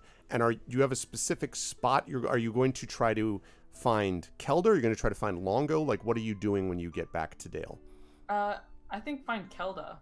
I think we should. Yeah, exactly. I don't want to split the party or anything, but I think I mean, the River and was it River and Inga who spoke to Kelda before? Mm-hmm. Yeah.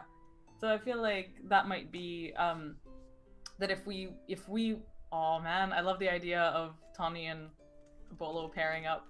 Yes. So yeah, I feel like if Tawny doesn't. He's warming up to it. Yeah, if Inga and River went to look in on Kelda and Bolo and Tawny connived, I think that would be good. Okay, so sorry, I got 3 people just messaged me things at the same time, so I apologize. So the idea is, so you are going to go there, and then you are going to be looking for Kelda. But what was the last part about? I'm sorry, Bolo and Oh, just Bolo and Tawny could do their own conniving while Inga and River visit Kelda. Are you telling me that Tawny and Bolo are going to do a investigation buddy comedy moment? Like, Yes! oh my God, this is the best. That's what I'm here for. Go do that. I've got it. No, not that way. Oh God, it's like Faffer and the Grey Who's on Mouser, but first? times like Right, 5. exactly. Oh man, it's the best. I'm gonna start fashioning a sling of sorts that I can put on Tawny's back so I can ride on him. It's gonna be Then we're awesome. like Master Blaster. Yeah, exactly. Who is the master? Battle stack Who time. runs Bartertown? Oh, no. Oh man, that's the best. Okay, so also Ridnell, that is wild. I'll have to check that out. That's really You cool. have to say that like Johnny Carson. What? That is wild. Oh, that is wild. a Bjorning, Johnny a Carson? halfling, Yeah, I a know all the dwarf, youngins are like, and a "Who?" woodman. Name 4 people who are doing awesome in Vegemite. Okay, so the Great Karnak. No one will know that reference. No, seriously, but who is that? Johnny Carson. I know, Tren. I know. I feel the same way. And famous talk show host in the United States. He was like the precursor to Jay Leno, who was the precursor to Jimmy Kimmel, and those type of people. Jon Stewart. Yeah. Yeah. And Carson was like, this is back at the time when there were only basically 2 or 3 of them, so it was like he was a big deal. So anyway, yeah, it's not the same without a turban. Thank God somebody knows. Okay, so we will head out in that direction. So the path back to Esgaroth, actually, as you are sort of hurrying along. So, and just to be clear, if you're going directly back to Esgaroth, now that you've taken this short rest, you are going to go through the evening, right? Like, you're not going to try to make camp. Also, you're going to try to push through as best you can. Is that? I think. Are we? I'm I just don't know. asking. I think we should. Stated in the form of a question. I think. So we're once we get the horses, we're gonna like push on. I think we should do it. I think if we're sincerely concerned about Kelda and we want to get there as quickly as possible, I think we should do it. Especially if we have reed mace and can not have. Or Inga gets out her pipe, her crack pipe. Is it honey cakes also take off a level of exhaustion? Huh? Remember, we are running low on flour, so. He already made his honey cakes. Yeah. So they're, Still, like, though. twice baked. They last a good long time. Exactly. Yeah, I think if we can do it without being like debilitatingly exhausted, by which I mean 1 level of exhaustion, then or less, then we should press on, I think. Yeah, and if you are going to use the honey cake or some version of something that we've talked about, then you can probably do it, assuming that you use it. So just mark it off appropriately there, Tani. But otherwise, then you should be able to get there without too much difficulty. The return back is actually surprisingly uneventful. And as you go back in the opposite direction, sort of making your way hurriedly north, you catch no sign. There are certainly, birds and creatures in the distance and so forth, but you hear no signs and catch no glimpse of any other creatures around you that might wish ill intent for you, as you are moving rather quickly along your path. As you sort of close in so I would say probably you'd arrive early in the morning, and by that I mean 4 in the morning, let's say, at Esgaroth. You pull into town, high on one of Tani's honey cakes, I guess, and you pull into town, into the stable, which is out front, and you're able to see that there are in fact 3 horses there, but there's only 3. And at the moment, the house next to the stable is closed. The stable itself is locked, but you can hear the soft kind of occasional, like slight whinnying from inside and gentle movements of the horses inside the stable. And there is a house next to it. This is the one that's on the outskirts of town without you having to go onto the bridges and, figuring out other places. So the plan is we go directly north. We don't investigate in Esgaroth. Right. Okay. Okay. So, Then- if you're But gonna to get these horses, we have to actually like, I don't know, the house is closed or something. at the or- moment locked, yeah. Well, What I time mean is it? closed, like 4 a.m. Oh. Are we gonna be dicks about this, or are we gonna wait? I think that it's an urgent mission, and we should be uncouth. Well, but we don't draw attention to ourselves. Would we ride through It, the like- night, even if we got them now? Wait. And like when she says that, like Iga goes like, "Don't draw attention to ourselves. Look at us." Oh, no, wait. Kind of impossible. Could we just leave the money and take the horses?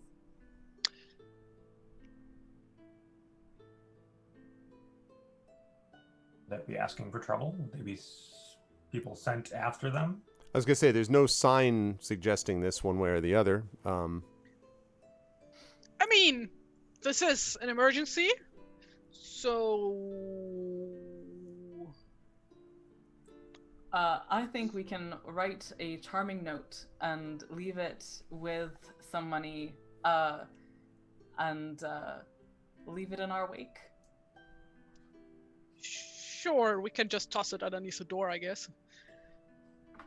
Yeah. Is there tack readily visible?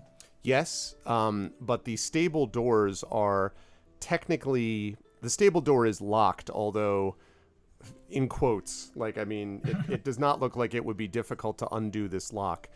But you will have to get the horses out of there if you wish to be somewhat stealthy without waking anybody. So you're gonna have to make an effort to do this somewhat quietly, is what I'm saying. I guess my question is that more or less effort than just knocking on the door to wake them up and say it's an emergency? I mean, like, You don't know. Yeah. Yeah, no, we should knock, probably.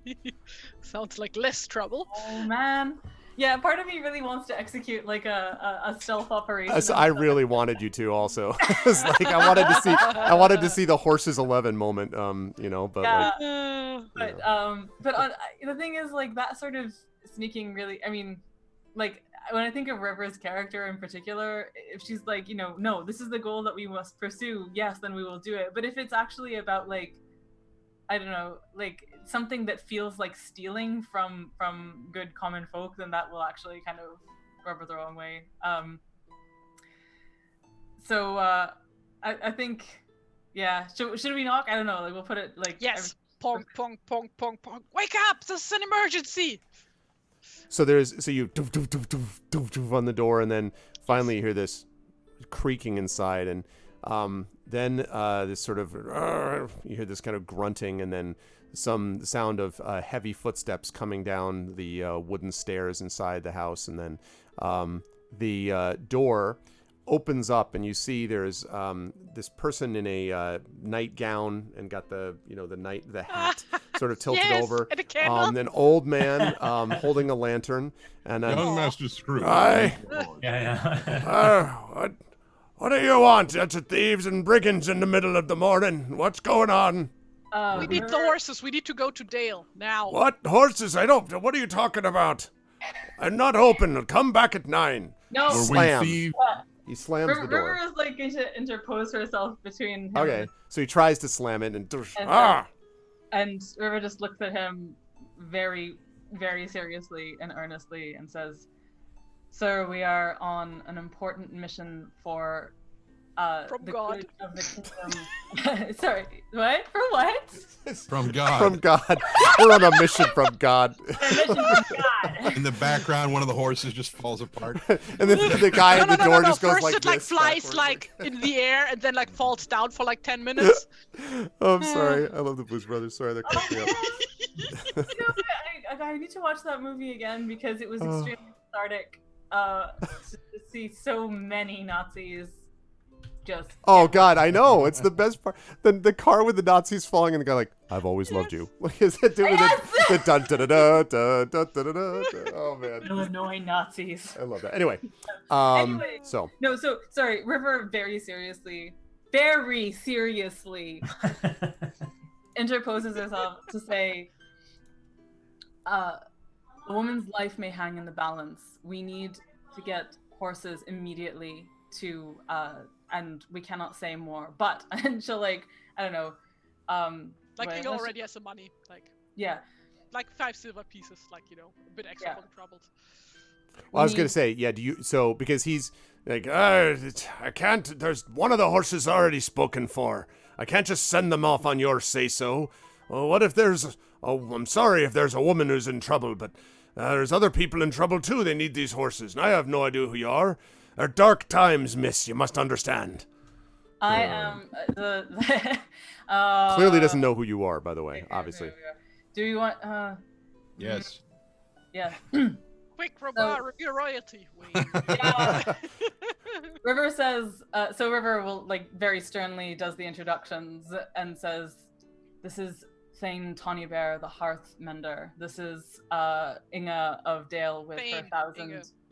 Sorry, Thane Inga of Dale. Sorry, literally with extreme precision and intensity pronounces every syllable of their respective titles and says of herself, and I am the river. Please just give us the horses. I don't know. Is it at this point, Inga, that you have the silver like up visible? Yes, and also we are friends with King Bart and King Dine, so yes. Well, the king, and he starts to answer, and then his eyes fall on the heap of silver in your hand. He's like, that's not a no. Thank you very much. And Inga shoves the money into his head and turns around to the table. Okay, so he's like, all right, hold on. And he sort of opens it up. He shuffles out his nightgown, one of these things that's like half up the ankles, and he's got these threadbare slippers. He kind of, slides along.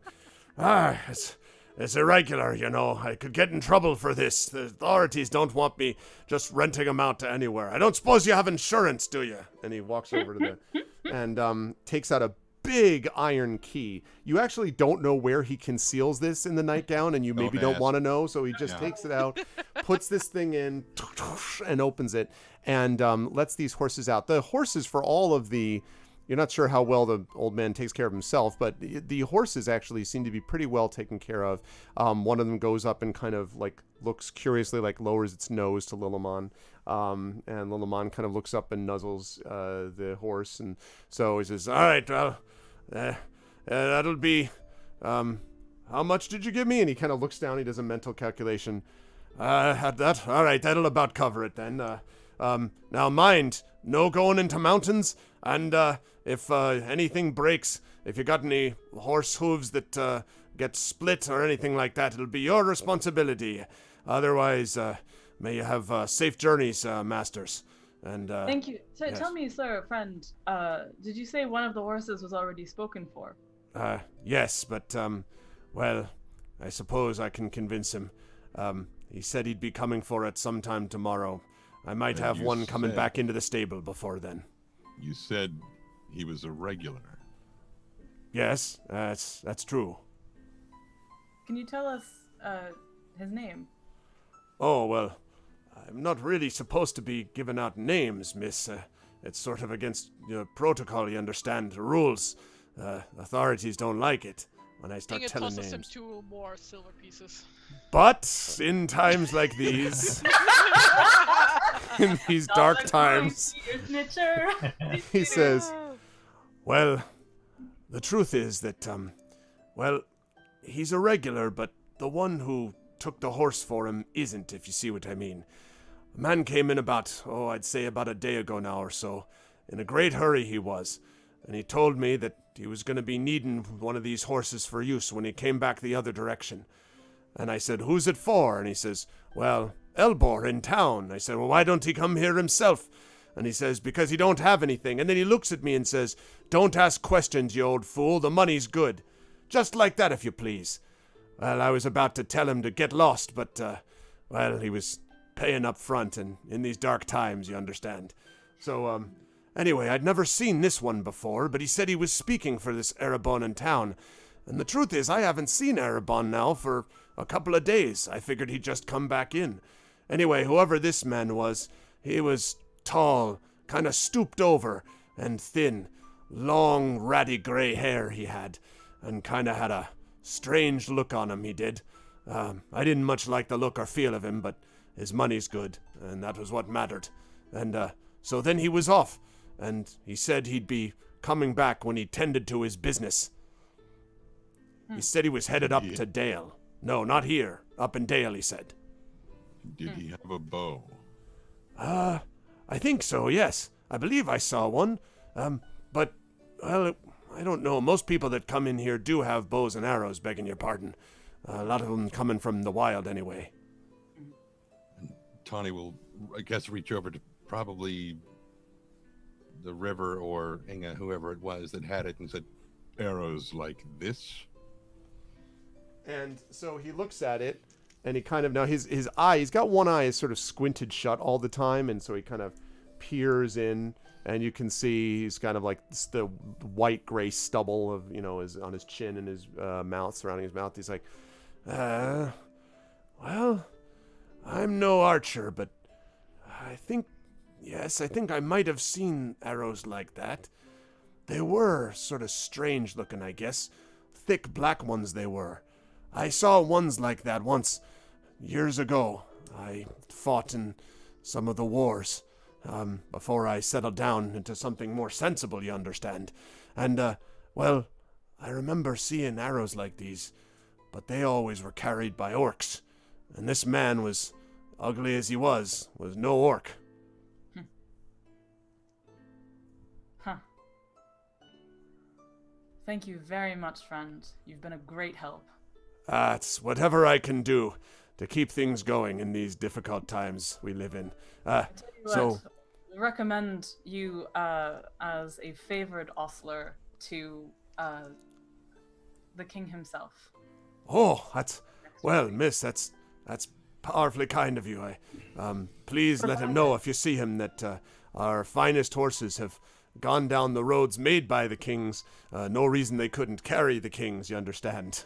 Assuming that there was some kind of funding arrangement that could be set in place. Those words to him precisely. Oh, thank you very much, and I'll let them know. Say, as you're about to turn to leave, he says, if, someone came and told me not to say anything, and then you came and I told you about him because, the dark times and all. If someone comes to see me and they're asking about you, I'm wondering what... Actually, I have an idea about that.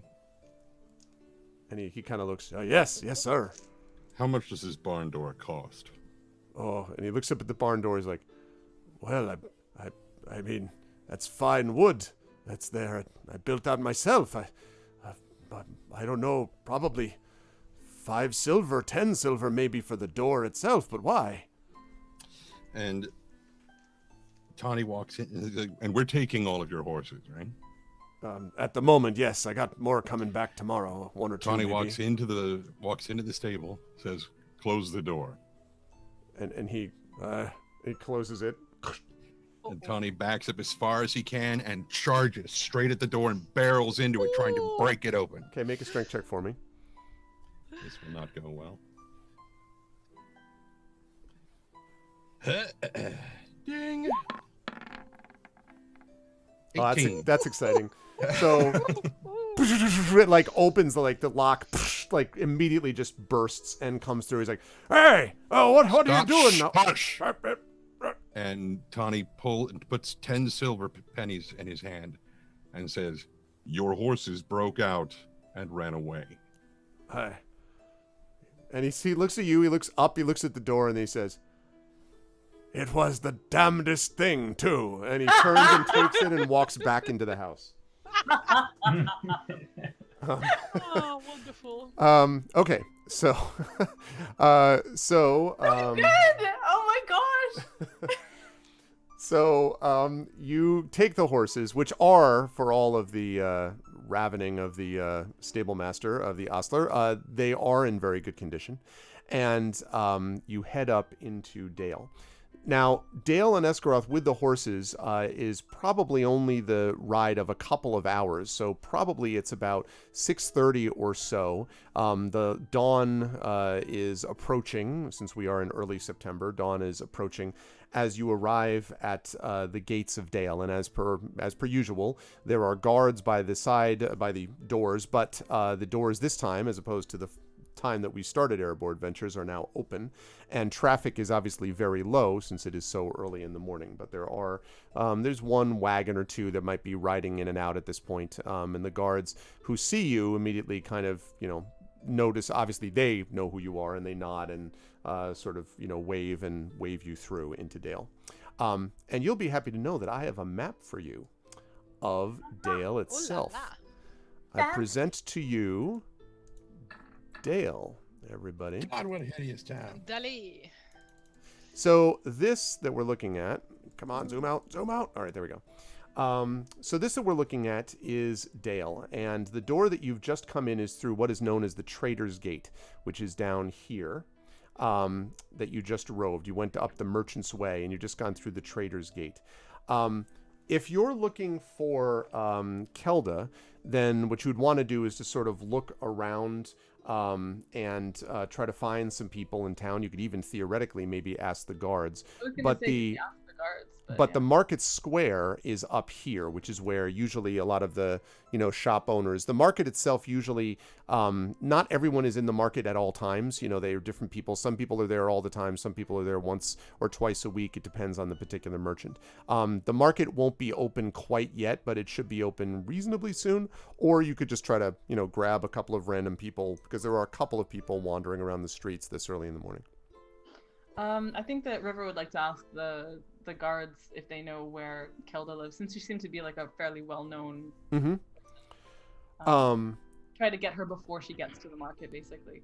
So Inga would know the town, right? Like where what is, right? Oh yeah. I think most of you would have a basic sense. That's why I'm giving you these things with the numbers, because you can see most of where these things are. So let me have actually everybody bring their tokens, if you wouldn't mind, onto Already done did. Onto that. Oh yes, thank you. How do we do that?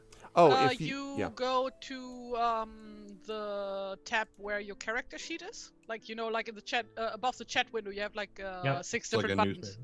Yeah, you just like click and drag your character sheet basically onto the map. Trying to make it smaller.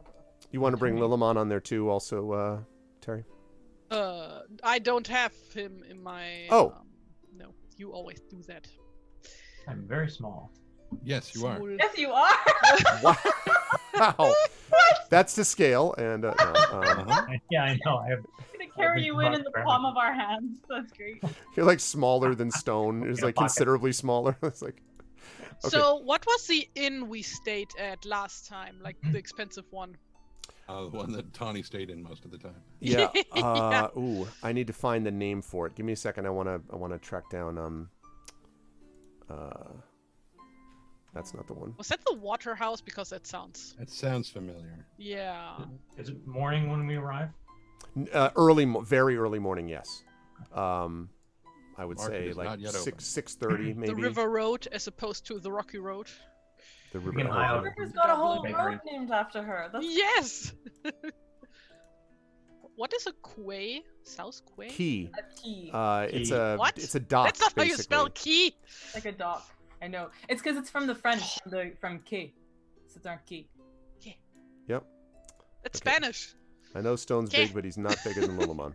Okay. All right. There we go. Good. Lovely. So this is obviously not quite to scale, since Tawny is not literally bigger than the gate. But Open. I will enter this way. So, Oh, it's like docks basically. Yeah. That's something right. Like that. Oh, actually, let me move the dice roller so chat can see that, actually. And then Okay. I will- Poor Matt Mercer had such just an awful time with, pronouncing it Quay, and then everyone's really? like, "It's Key," and he's like, "No, I looked it up. It's both." And it's just What? like, In German, it's Kai. So, which also is my brother's name. So that's extra weird. Okay. Spelled the same too. So, the Inn of Holidays Past. Yeah, exactly. So, so if you're going to ask you were going to talk to the guard, right, River? So, as you're going in, the guard is, nods and waves you by, and you can ask him whatever you like. Tell me, friend, do you know where Kelda lives, the weaver? Oh, yeah, Kelda. That's a bad business altogether. I'm sorry about what's happened to her. What's happened? Oh, you haven't heard about it? Well, it's been all over the town at this point. What? The theft. Well, about, I would say, what was it, yestereve, I suppose. Someone broke into her building and took a lot of her things, and she's been shut up tight as a drum since. It's Wednesday and supposed to be setting up for market day. Normally, that's where you'll find her. But she's been stuck up in her house tight as a drum ever since. She's in the old quarter. You can find her over there, but no, she hasn't stirred ever since the theft happened. It was sad business. She actually embroidered something for me mum when I was young. And, well, there's no one better at it in the whole town, the whole city of Dale. But, well, no one knows what happened. It was done the cover of night and all quiet like.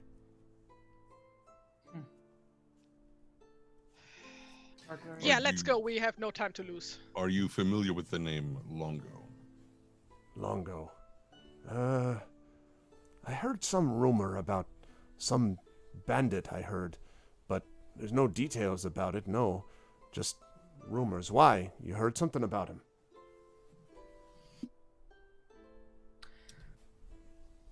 One other question, actually. Do you know a halfling named Clovis? Clovis. Oh, aye, yeah. There was a Clovis here yesterday, I think. He was, no, yesterday or the day before. There was that business at the gate. The dwarves' wagon had fallen over, and there's a back and forth, and, wow, he was in a lot of places telling stories and trying to keep people's spirits up, I think. I think I might even have had a word with him myself. Seemed like a decent enough chap. Does he live in Dale? Not that I know of, but there aren't that many hobbits, actually, halflings in Dale right now, so you'd probably see him if you did. I don't know too much about him, actually. He just sort of appeared one day, but I haven't seen him since, I guess, 2 days ago, perhaps. Interesting. Thank you so much for your help, our friend. And he nods. Best of luck with you. I hope you can find something to help that poor woman. It's wrong what they did to her. I agree. Once they're on their way, so I just want to make sure I'm remembering this correctly. Clovis was the one who told them where the bandits were and like set them on the path, right? That is correct. Oh, somebody says the door. I need to go. Goodbye. Oh no. Suddenly you just hear like, we've come for, no, it's no go. Ah! It just like disappears. Ah! Oh no. Okay. Yes. So River is gonna just kind of remind Tawny that we were set on that wild goose chase by another halfling. Not be another halfling. Might be the same one. Absolutely. The seamstress is Kalda? Kelda. Kelda. Kelda, yeah. How does she fit into the group's history? When we were like the very first session of this adventure, we were getting to Dale, but the gates were shut because there had been some incident at the front, and someone had tried to rob Kelda to like steal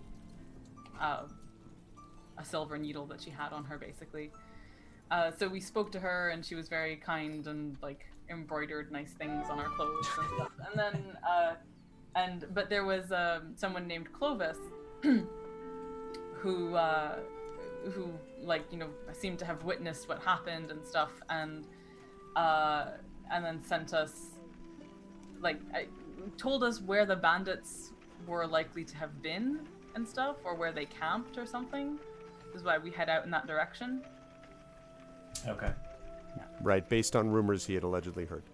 Right, based on rumors he had allegedly heard. So, I mean, River finds herself going like, I don't want to just be suspicious of any halfling we encounter, but the conjunction of those two things is just awfully convenient. All right. On the way, I'm going to keep an eye out for bakeries that are just opening their doors. Okay. And if there are any, I grab some treats for the group.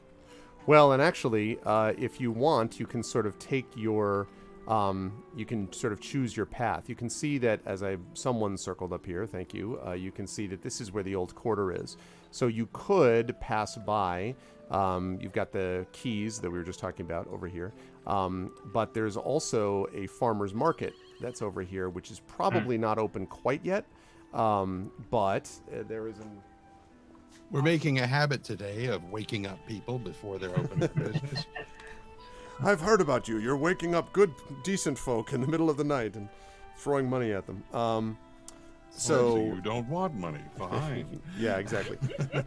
I'll just break down your barn door. Should we split up then? Should we do we want to do the thing where Inga and the River go to see Kelda and Tommy and Bolo first do an investigation? Oh, you're muted. Yeah. Just noticed, thank you. Are we making a habit out of like whenever we need to talk to a female NPC that it's always just River and Inga gonna talking to them? Oh, I was literally just thinking that because we were the ones who'd spoken to her before. Yeah.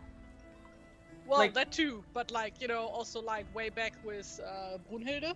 Yep. Oh, that's true. That's true. True. We had our heart-to-heart. I The mean, big reveal happened. Yeah. Oh my god, I had been sitting on that one so long. It was great. it's true. It was pretty. I think we have a pretty good, history of it. Like our chat passes the Bechdel test on a regular basis. Yeah, it sure so does. it does. So it No. does. But genuinely, I was just thinking of it because we were the ones who had interacted with her in the past, and also, I mean, she embroidered River's cloak and had promised you something. So there is that like.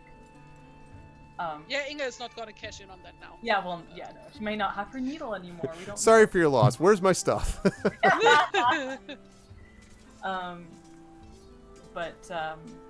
yeah.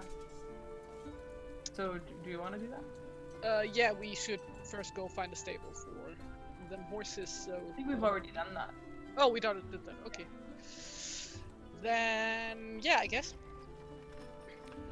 Okay, so then, so as I understand it, Tani and Bolo are going to go, so Tani and Bolo are going to go basically in search of Longo, like more or less trying to gather information about this Cooking guy? material. Or which is it? Cooking material or looking for Longo? Well, looking for cooking material, looking for Longo by also looking for cooking material, right? Yeah. Gotcha. Okay, Like I said, Oh. being stealthy. gotcha. And So we're going to put that River, up there. but before they go, River will say to Tawny, if you can keep an ear out for anything to do with Clovis, we should probably speak to him again whether or not he is what we suspect.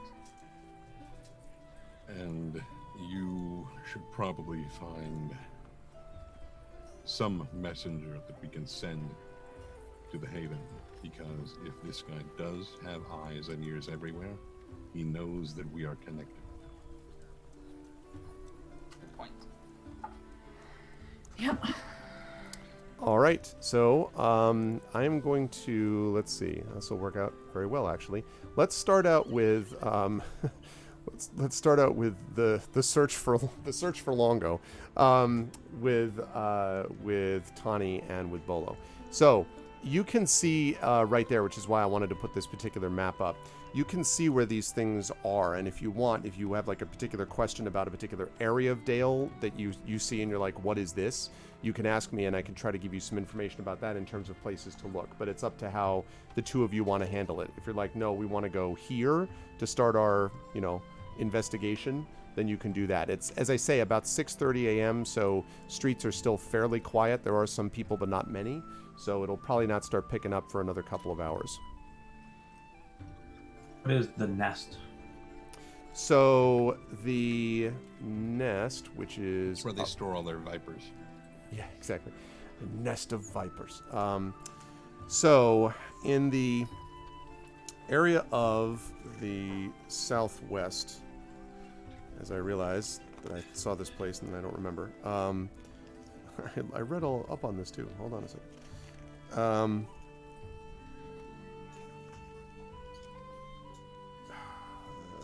I had this. Sabolo, we have been on the.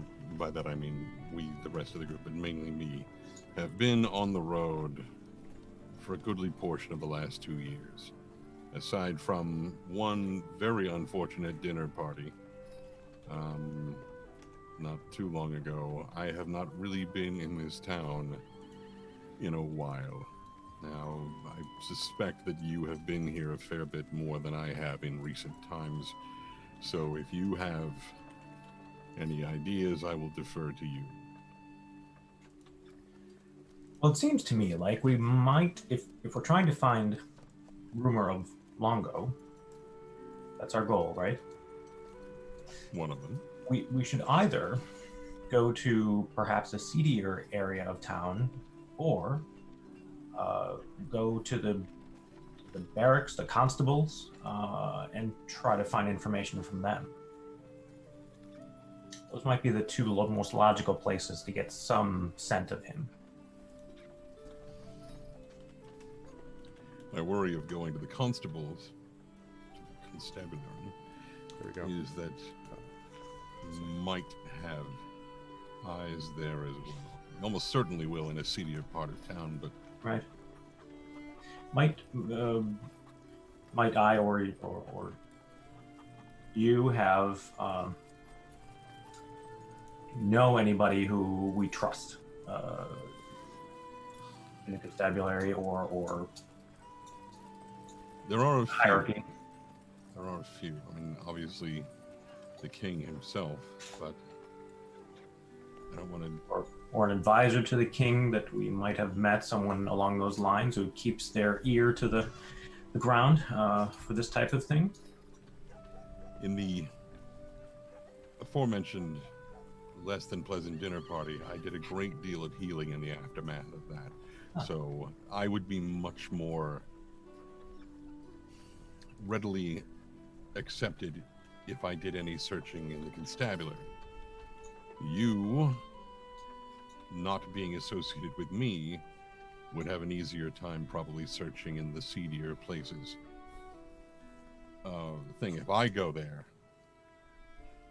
I'm not sure how well it would work out. So maybe we should split up further. Maybe you should do that while I go to an inn that I know about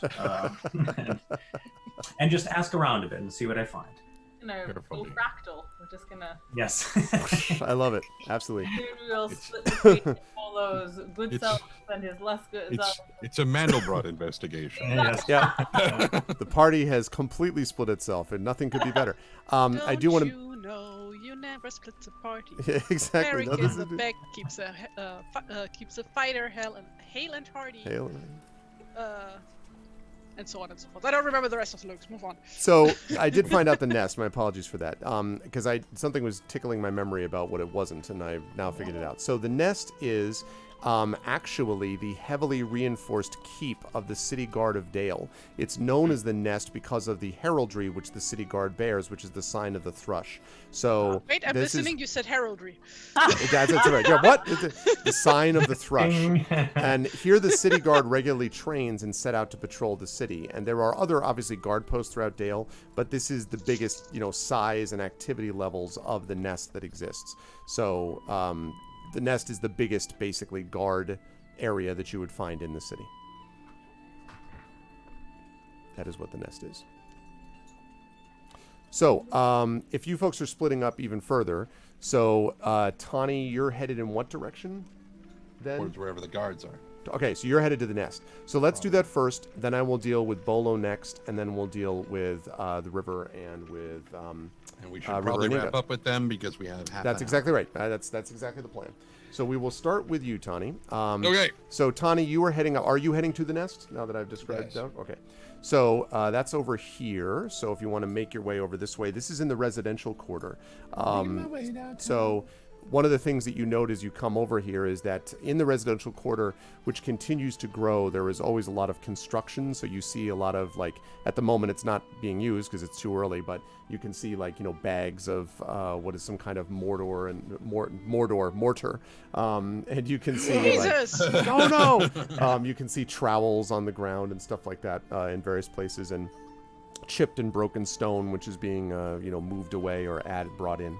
And as you get to the city nest, you can actually see this large reinforced keep. There are 4 guards that are standing at the doors, and there are groups of guards that seem to be gathering around the stairs, sort of talking to each other, it seems. And after a few minutes, as you're walking towards them, after a minute or so, you can see that they all start moving off. Your guess is that this is sort of like it's either a shift change or it's like, okay, we're getting ready to head off. They don't seem to be particularly agitated, but they are all heading off in different directions as you go, as you head towards them. But there are still some guards left, of course, at this place. So as you come up to the steps, one of them steps forward and says, "Hold," and then sees you and says, yes, Thane Tawnybear, it is good to see you. What may I do for you?" And you as well. I have several rather sensitive questions that I would like to ask some of your more trusted members. And he nods and says, "Oh, well, you might want to talk then to the captain, sir. He's just inside, just actually sent out his patrols for the day. But if you head in, you can do that. He's inside at the moment." Very well. And so he waves you through, and as you walk into the doors, you can see that the keep is reinforced for good reason. You can see that it's got metal bands even on the doors reinforcing them. The doors themselves are strongly built. You have a feeling you would not be opening these by running at them really, really fast. Exactly what I was just thinking. Yeah, not so much. And so as the doors open up, even inside, you can see that there are a number of guards kind of moving to and fro. There are racks of halberds and swords up against the walls, and several also what look like armor trees, like trees that have full suits of armor on them, and so forth. And you can see that there is one person in particular with his helmet off, who is speaking to a young human woman who has partial armor on. Her helmet is off, and he seems to be speaking in a low tone rather earnestly to her as the guards kind of move around in different places. He's basically near the back wall, and he's pointing up at what looks like a map of the city of Dale, very similar to what you see in front of you, actually.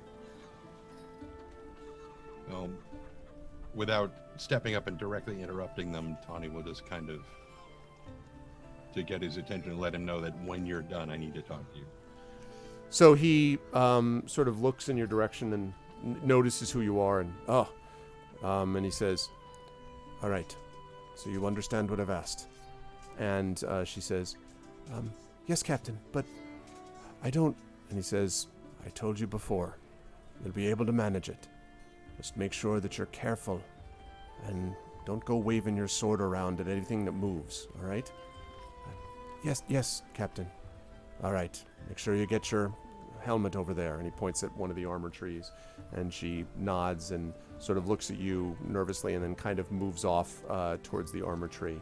And he turns back to you and says, "Thane Tawnybear, I am Cardis, Captain of the Guard. It's a pleasure. What can I do for you?" And Tawny will kind of look around to make sure that there's nobody necessarily in earshot right away. And you remember the incident at the gate? And he blinks and then, "From a couple of days ago, you mean?" Yes. Yes, I remember it. The perpetrators of that particular attack on Kelvin, though they did not succeed in laying claim to her needle at that point, We ourselves were encouraged by a halfling named Clovis to go to where he said the bandits likely came from and were camping. We followed that trail to where it more or less ended and found ourselves in ambush. Barely managed to get away. We had one prisoner we were about to interrogate when he was shot through the throat by someone who fled further into the mists back this direction. Aside from Clovis, the other name that we have heard is mention of another, possibly halfling, named Longo, who coveted that needle. You kind of see his, as you say the word Longo, he's... Longo. Now it's odd. Because I've heard that name more in the last several days than I'd ever heard it in my entire life up to now. There are rumors of this bandit, self-styled lord of some kind, from out in the wild who called himself Longo. But we never heard any more details about it. An adventurer comes in, some wandering peasant merchant comes and tells us about some crazy tale of this person Longo having taken all that they had.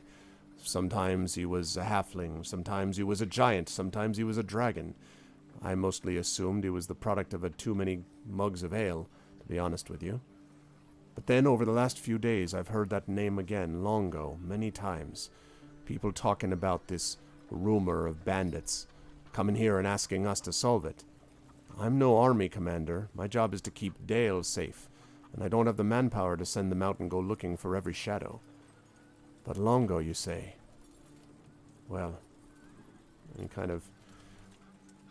So, this orc that got shot through the throat, you're saying that Longo supposedly set this all up to ambush you? And that he has eyes everywhere. And he kind of looks around and lowers... Tawny would have brought the arrow with him. Okay. So do you bring it out at this point to show it to him? Okay.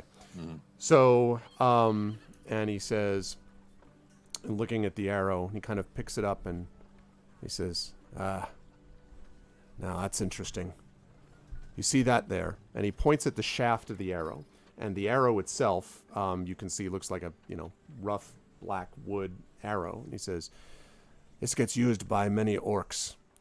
Cursed creatures from Dol Guldur, some said they came, but elsewhere from the orcs of even Gundabad or the Land of Shadow, if you know what I mean. And he says, but look at the arrowhead. And he points out and he runs his finger just like not on the edge, but on the flat portion of it. And he says, that's a kind of metal the orcs never used, nor do they have craftsmen to make anything like this.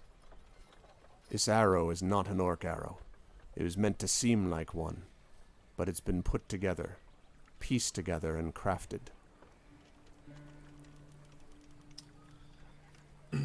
Well, whoever it was that shot our intended informant through the throat had a quiver full of these. When we stopped at the Ostler and Estegon. Estegoth, is that where we stopped? Esgaroth, right? Esgaroth. Yeah. Estegoth, Estegoth, you must be a you traitor. It's not. Yeah, like that's Castigir is a completely different show. How's that from? From Highlander. Castigir is dead, and only you and I remain. Anyway, so yes, Esgaroth. One of the people who was stabling his horse in Esgaroth, the ostler said that he carried a quiver of arrows like these. Now, we have that horse, and we should avoid sending too much attention towards that ostler having given us the horses, which were apparently intended for others, but we'll talk more about that later. The point being that the person was supposed to supposedly come back today for their horse, or at least soon. Now, if this was the person who fired this arrow, he had a good 3 or 4 hours head start on this. So why didn't he get to Esgaroth before us and reclaim his horse? Did he go somewhere else? You're saying he might have left something at Esgaroth, and he's up here in Dale, you mean? Possibly. And he sighs and he says, I don't have the men. And he shakes his head. Well, there might be a few things we can do. First, can I have this arrow? And so he takes it, and Ennis! And Ennis comes over, and he, who's this sort of young, fresh-faced looking guard who looks kind of nervously up at you, and he says, I want you to go fetch the bowyer over there. You know him, right up in the market square. Bring him back here as soon as you can. And he looks, the young, fresh-faced person looks like extremely nervous, but also excited. And he says, and listen to me. I don't want you to tell anyone else what you're doing. You just go there and come back after you've got the bowyer. You understand? And he says, "Oh yes, yes, Captain. I'll do that right away, sir. They won't even see me. I'll be a shadow, sir." I said, "Just be yourself, please. Ennis, be quiet." And I was like, "Oh yes, sir." And he kind of lowers his. You notice he does that, but then as he goes towards the door, he's kind of like lowering his head, doing the secret, ninja look around thing. And fly casual, Chewie. Yeah, exactly. and Cardis gives a sigh as he means well. It'll be good if you give him a few years of training, but I have too many like that is the problem.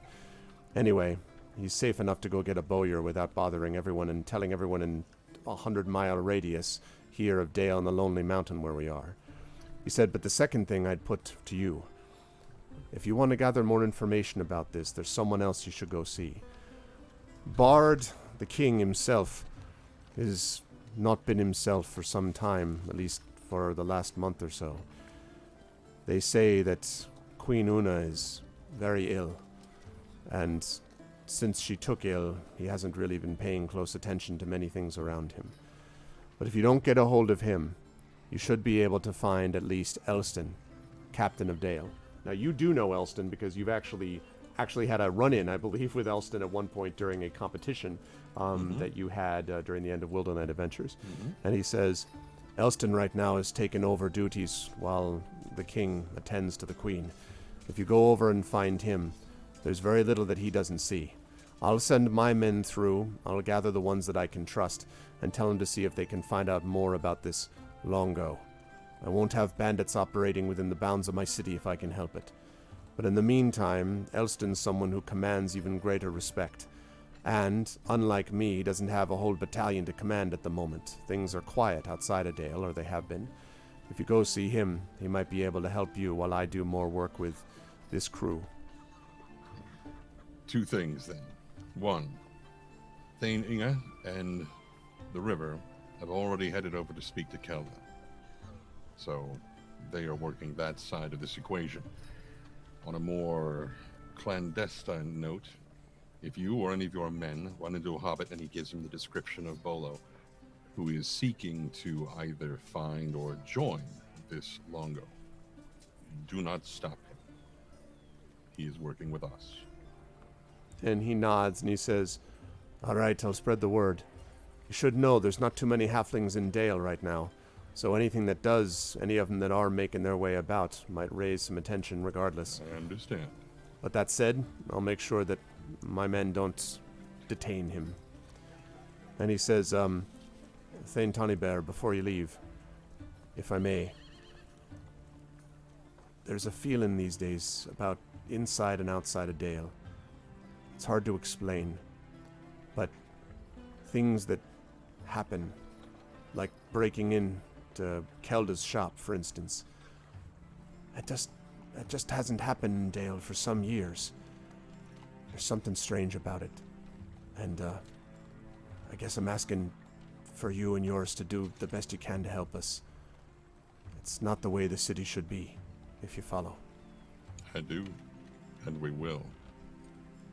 And he nods and he says, and he holds out, forearm, kind of clasped forearm, and so he does that and says, good luck to you. And if you see Ennis on the way back, Please make sure he finds his way here. And he kind of, rolls his eyes slightly.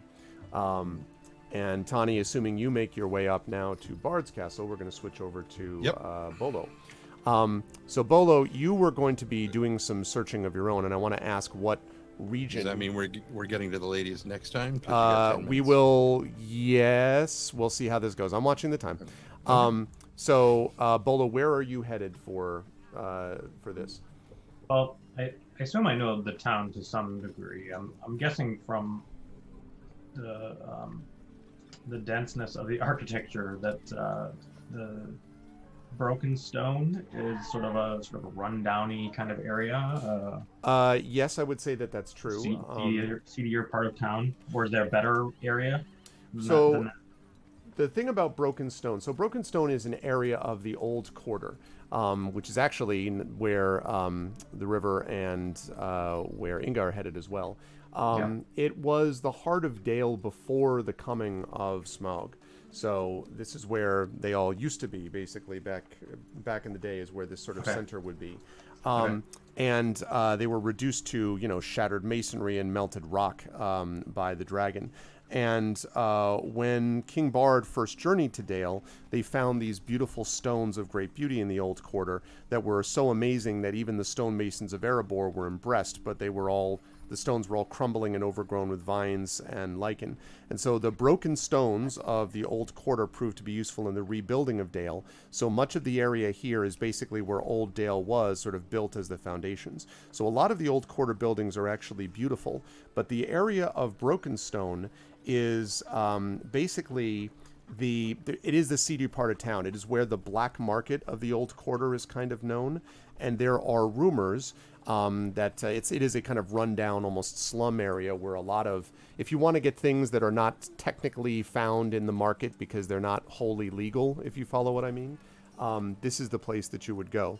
The other thing about Broken Stone is that there are some, no doubt, ridiculous rumors that the place is haunted by spirits. Okay. Well, it's early, but I actually assume there might be some places that sort of cater to folks that are coming off work after an evening in this area. Yes. I'll try to find one of those, and if I know of any, I'll kind of head there. Like an inn, something like that. Okay. And then head inside and just get a sort of lay of the land with the people that are there. Okay. So when you get to Broken Stone, so I'll have you move your character over in this general area.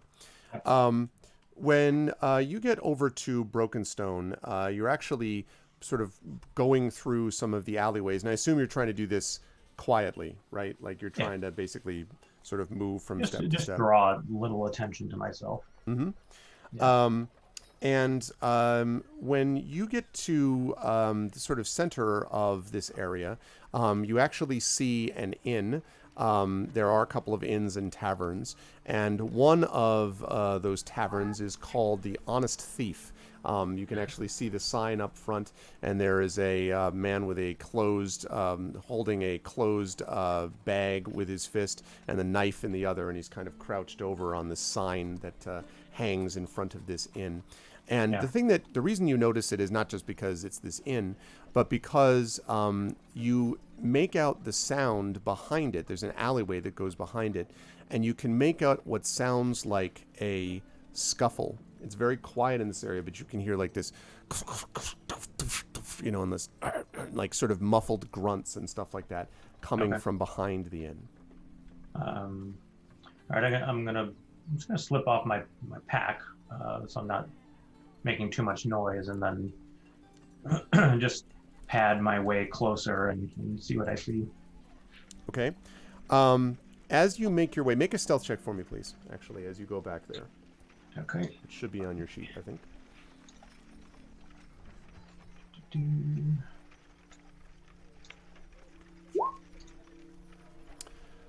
Okay, so we're looking at that 13 because I don't think you're doing this at advantage. I don't believe. So as you you make your way in, and you're able to reasonably quietly make your way to the back of the inn.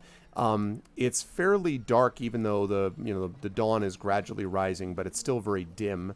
And there are so it's kind of dim in this little back area, and the alley leads to what is essentially a back little courtyard, I guess you might almost call it, which seems to be behind the inn. And there is light from the inside spilling out on the ground, just enough for you to be able to see that on the ground is lying looks like a young woman of some kind, who is lying on the ground. She has dark brown hair, and you can see that her face is bruised. She's wearing a cloak, and she's currently on the ground, sort of almost looks as if she's trying to pull herself back. There's a dagger that's not near her hand, but is sort of a distant away from her, that maybe someone has like knocked it out of her hand, if you had to guess. And there are two men also wearing cloaks above her, looking down at her in this light that's spilling out of the back of the inn, from the back of the inn. And one of them, as you come close, is saying, looking down at her and saying, "I told you weren't going to find anything else here, Brindle, but that weren't enough for you, were it? No, you thought you'd do clever and do all the sorts of things you usually do when you steal things when you're too busy not cutting purses for the lords and ladies up there at the nest. Let me tell you, I've had enough of you. I've had enough of your business entirely. This is the end of your time here in Dale, you understand me?" And the woman looks up. "Get spit, rat. I'm just here, doing what I'm supposed to be doing, you know that." "I don't know anything, actually," he says. "And I've had enough of you trying to take my things when I'm not looking. Now, I want you to be nice and quiet like, you hear me?" Now, both he and the man next to her sort of are looming over her. And you can see, as I say, the dagger is some distance from her as she kind of looks up. You think maybe, Bolo, you see the glint of metal from one of the cloaks of the men. Because inside the cloak, his cloak. Maybe, but it seemed right. Where exactly. his hand might be. Right. Type thing. Okay. And how close are they to her? A few feet. One of them, the one who's talking to her, is actually standing taller and is maybe 5 feet away. The other one is right over her, basically. Okay. And you are in the alleyway looking out at them, so you're maybe 15 feet from this, where your position is in the alley. Okay. Okay. I'm gonna have trouble probably confronting them directly, but I'm gonna use my I forget what it's called, virtue or whatever, to be hidden. Yes. That's right, to get a little bit closer. Okay. I think you can do that. They seem to be more occupied with her at the moment, as long as you're not making a lot of noise. Yeah. And they said her name was Brindle? Yes. Okay. And it sounded like you didn't really catch what you think they might have said rate or rat or rote or something like that. Or something is what she said back to them. Okay. So I'm going to just get a little bit closer and then just kind of surprise everybody and just, "Brindle, there you are. I've been looking for you. I've been looking for you everywhere." So surprise is definitely the word. That she's looks up like this. The two sort of fall over, and the one man and the tall man immediately whoosh, short sword out and is at your throat and says, "Who the hell are you?" Well, I'm Brindle's friend, and we have to get back. I'm very sorry, but I have to be taking her away now. Brindle, come along. And he sort of stares. I just motion her to stand up. So Brindle is kind of looking back and forth. And he says, Brindle's friends are not what we're concerned with right now. I'd be more concerned about you and why you've decided to come join your friend here now in Brokenstone. Oh, well, she'll be no trouble, I promise you. I know. Oh, no, she won't, and neither will you. And he kind of and as you're sort of staring at them, there is one cough that comes from somewhere, and it might be from Brindle. And then with blinding speed, you hear and with blinding speed, Brindle rolls out of the way. and the man who was standing next to her is now on the ground, not moving. You don't entirely know why. And as you look up, you see that Brindle has now got the dagger. And the tall man turns to face her, and even as he's turning, she is up on top of him, pulls his hair back so you can see his kind of stubbly neck exposed, and has her knife at her throat, and she says, "Well, right. Appears you bait mountain to take more time to see that you've got all my friends accounted for. Frank's there isn't going to be moving again, but if you'd like to not join him, I suggest you be on your way. Don't come looking for me, because next time I won't tell you things before I cut you." And Rate sort of is like, "You won't get away with it, Brindle, you know." And she says, "We'll see. I've been hearing that most of my life." And she comes forward to the alley and then shoves him forward, and he like stumbles out of the alley, like forward into the alley, and then turns up and sheathes his sword and then runs in the other direction. And she turns back to you, and you can see again bruise. You can see there's a scar down her left cheek. And she says, "Before I thank you, first, I want to know what's your angle. My name's Brindle. You might as well tell me what you're using is yours." And that is where we will bring our session to a close for today. And I'm sorry that I couldn't get, but I know Amal has a hard out at 3, so I didn't want to go any further. We will start with the end of this with Bolo telling her, and then we will move on to, of course, to Inga and the river with Keldas. We will get there next. So. But this was great, everybody. I some really great RP moments. I've got to go make a highlight of the thing with the blowing open the door and the guy being like, "All right, then." And just taking oh, man. It was cool. And I'm looking forward to seeing what Bolo does with Brindle. That's going to be good times. I was not sure how you were going to manage that, Brad, but I'll come back to that in just a minute.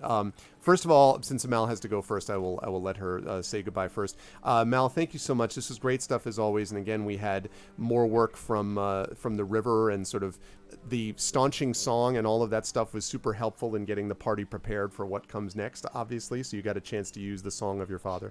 How did you feel about today? Where will the lovely folks see you next? It was great. I really loved it. I really loved like the role play heavy days and stuff, and it's super like I'm very excited to explore the dynamics of the group, you know, with Bolo as part of it, while there are mysterious, potentially halflings running things from the shadows. It's all very cool. I just enjoyed it tremendously. Loved Tanya's busting through the door. That was great. So good.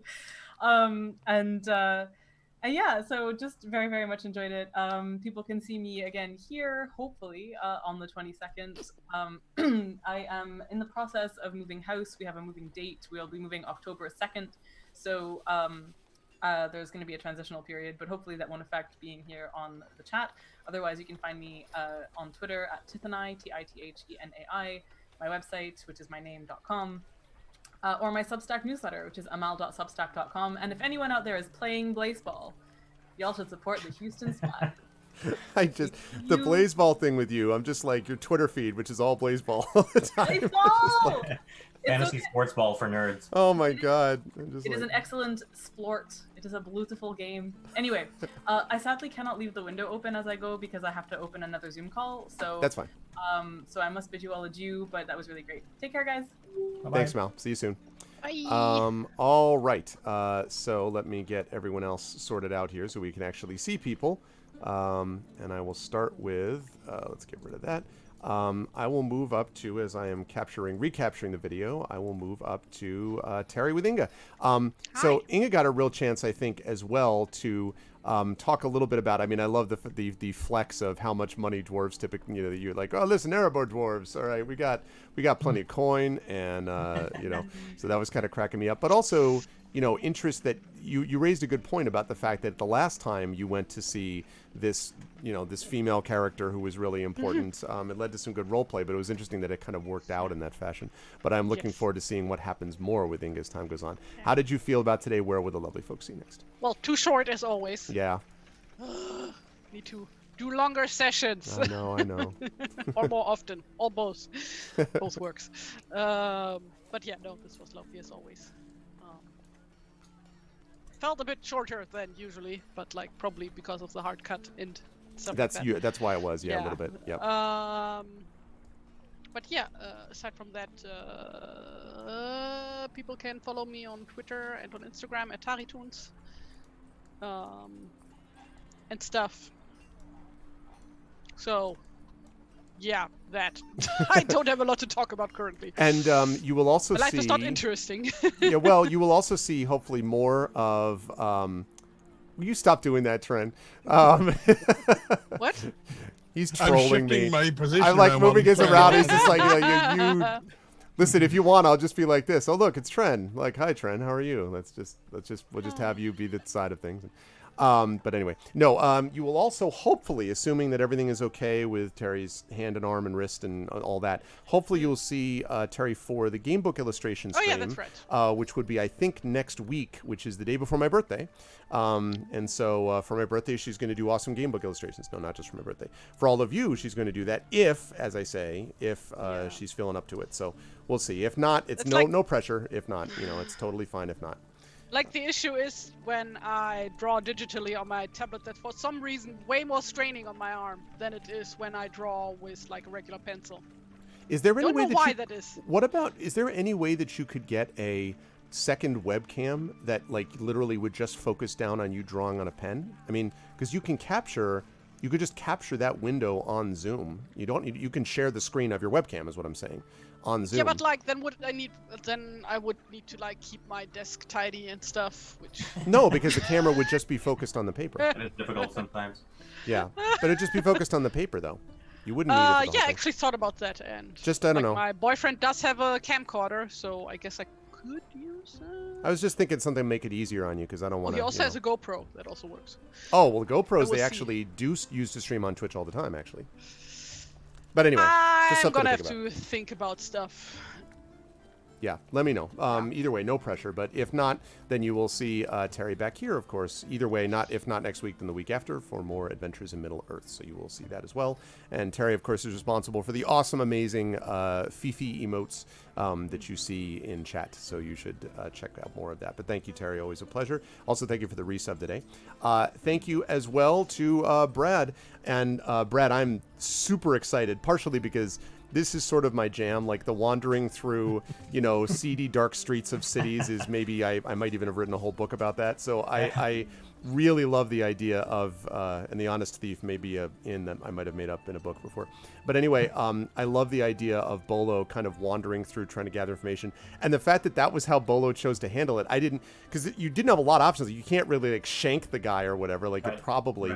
So it was interesting that was the sort of direct approach-ish was interesting. So I'm really looking forward to seeing how that all plays out. How'd you feel about today? Where will we see next? Yeah, it was good to get out of the wilds and into the city. Yeah, it's fun to explore this area just from my own interest in Lord of the Rings and such to sort of wander the city. And it was interesting seeing the chaotic neutralness of the party start to play out with the hostelry and deciding whether or not we were going to just steal the horses and leave some money. Right, and they're like, but we're leaving money though. And I'm like, all right, well, but yeah. Yep. Yeah, that was good. So this adventure in Dale should be pretty interesting, and seeing how we find Longo and such. And people can find me at Twitter is where I'm frequent most often at bbullier. And then I'll plug once again, just got 2 more of these before it actually starts at the end of the month, a writing class. Anybody who's looking to up their writing game, I have a class starting on Lit Reactor. You can find it on litreactor.com, and they'll have it on the main calendar, but you can also just search for my name and you'll find it. There's a class called From Good to Great, and it's just meant to sort of up your writing game. It's a 4-week class, and so you can just learn about it there, and if you're interested, hop in. So thanks. Yeah, good stuff. And I will throw in a plug for that. I have seen Brad's work on other workshops and things like that he often conducts at conventions and cons. And since no one's going to cons and conventions these days, that's the situation with this. Heavy sigh. Yeah, exactly. Although I will mention that Gail Martin has a convention called Continual Con, which I just remembered. I did a panel for this a couple weeks ago, and it's supposed to go live, I think, today or tomorrow. So I'll try to put a link up about that. We did a panel on graphic novels with John Jennings and some other folks. And so, anyway, it was really interesting. And so there's stuff like that that's out there, but getting a chance to do this with an experienced pro like Brad is definitely worth it. So yes, definitely check out the Lit Reactor site for that. Brad, thank you. We will see you in a couple of weeks. And last but certainly not least, Tren, also good stuff today. Again, the door thing was cracking me up just because I was the visual of the guy being like, "There's the damnedest thing." I love the idea that you'd be like, yeah, I think you had assessed at this point that this guy was probably fine as long as you just threw enough money at him, so it was okay to do something like that. So that was funny, but also working. Say again. It was the damnedest thing too. Just like when he took the money and left. Yeah, I just was like, oh man, it was great, Trent, that you did that. But also, the nest I thought was interesting because it is true that you have some connection with these guards and with the sort of city authorities and more even the royal authorities. So it'll be interesting to see how, in the non-chaotic neutral part, how you're dealing with Elston, especially since although they have forgiven you and you feel more comfortable now, it is still odd that like now this is your role, is one of your roles is to interact with these folks that you were afraid to actually meet up with, not all that long ago. So anyway, I'm looking forward to that. How'd you feel about today? Where will the folks see you next? Loved it. Again, as always, it was just a ball to get to do heavy RP with people who understand how to do it. It is cool. We understand how plot threads fit together, and it's great when you've got a party that you can just sort of dangle a thread and other people will be like, and they'll grab it and run. It is the yes and party for sure. Yeah, it really and is. it's great. I absolutely love doing it. The door thing occurred to me about 7 seconds before I asked, how much did that door cost? I'm glad I didn't price that out of your range. Right. Well, it was also funny because Inga's like, I've got, what did you say, 43 silver pennies? I had 37. Yeah, less now though. Okay, I had 53 before I gave him 10. So you're talking about we're rich. I'm like, okay. Well, I mean, in theory, like Inga also spends. Yeah, and Tawny doesn't spend a lot of money because he farms most of what he needs. So that makes sense. Anyway, I had a really, really good time. It was like, while we are at it, like I was like prepared for like Inga to go, like, I'm not gonna pay for that. Just like, but like, just so you know, that's not my money. The thing that I had tried to say a couple of times, Tawny had tried to say a couple of times was, thieves wouldn't have knocked, because he was like, thieves and brigands, and I'm like, no, we knocked. We wouldn't. If we knocked, we would have broken in and killed you and taken your horse. That's fair. I definitely had in my mind the guy from the Fellowship of the Ring film at Bree. He's like, all right, sir, I meant no offense. Like I had that image in my mind of that guy. So. Anyway. Oh, the guy at the town gate. Yes, who eventually gets crushed by the ask questions after nightfall. There's strange folk abroad. Yeah, that was what I was thinking. Really? We're trying to get to one of them. So how about you shut up and let us take the horses? Exactly. But anyway, where will they see you next, Tren? Here, actually. That's true. I believe on Saturday. Yes, for Infinity Beyond Curse of Strahd, where Tren has also part of a party that has also managed to split themselves, except this one in Castle Ravenloft, so I'm sure that'll be fine. 3 ways. 3 ways, yes, exactly. Which we just did here as well. Only with that party. Yeah, but like I think like Castle Ravenloft is a tiny bit more dangerous to split the party. Just a little bit. Like Dale. That party is epic at doing that, by the way, because it's the only party I've ever known that made me run a multi-level combat in a telescope room. That was, so like that's that party room? That's Infinity Beyond. Like an observatory. Like, but the point is, they were in the room where the telescope was and below it, so they're like dodging around the telescope as it's like circling. And it was interesting time. And then in Old Bone Grinder, we were split on 3 levels there as well. That's right. Yep, so I'm used to it. But you will see them back there Saturday at 7 p.m. In the meantime, they should check out your Shadowrun and BattleTech things, right? Yes, Tren, on Audible. On Audible right now, which is doing great stuff. Do a search for Tren Sparks. as a narrator on Audible, you'll find a couple of books that I've done. You will find it. And you'll also find him, or you'll hear him, hopefully doing an audiobook soon for yours truly as part of the Gray Shade Kickstarter, which is going to be in February, February 2nd. Speaking of sneaking through shadowy parts of town. That's exactly, yes, you hear what turns my crank, I'm telling you. Anyway, but it was good to see everyone here. Chat, can we get some love for the wonderful players, Amal Almatar, of course, Terry Toons, of course, Brad Bullier, and of course, Trendane Sparks. Players, great job today. I really enjoyed it, and I will see you folks in a couple weeks for the next session. Toodaloo. Bye, everybody. Bye for now, everyone. Okay.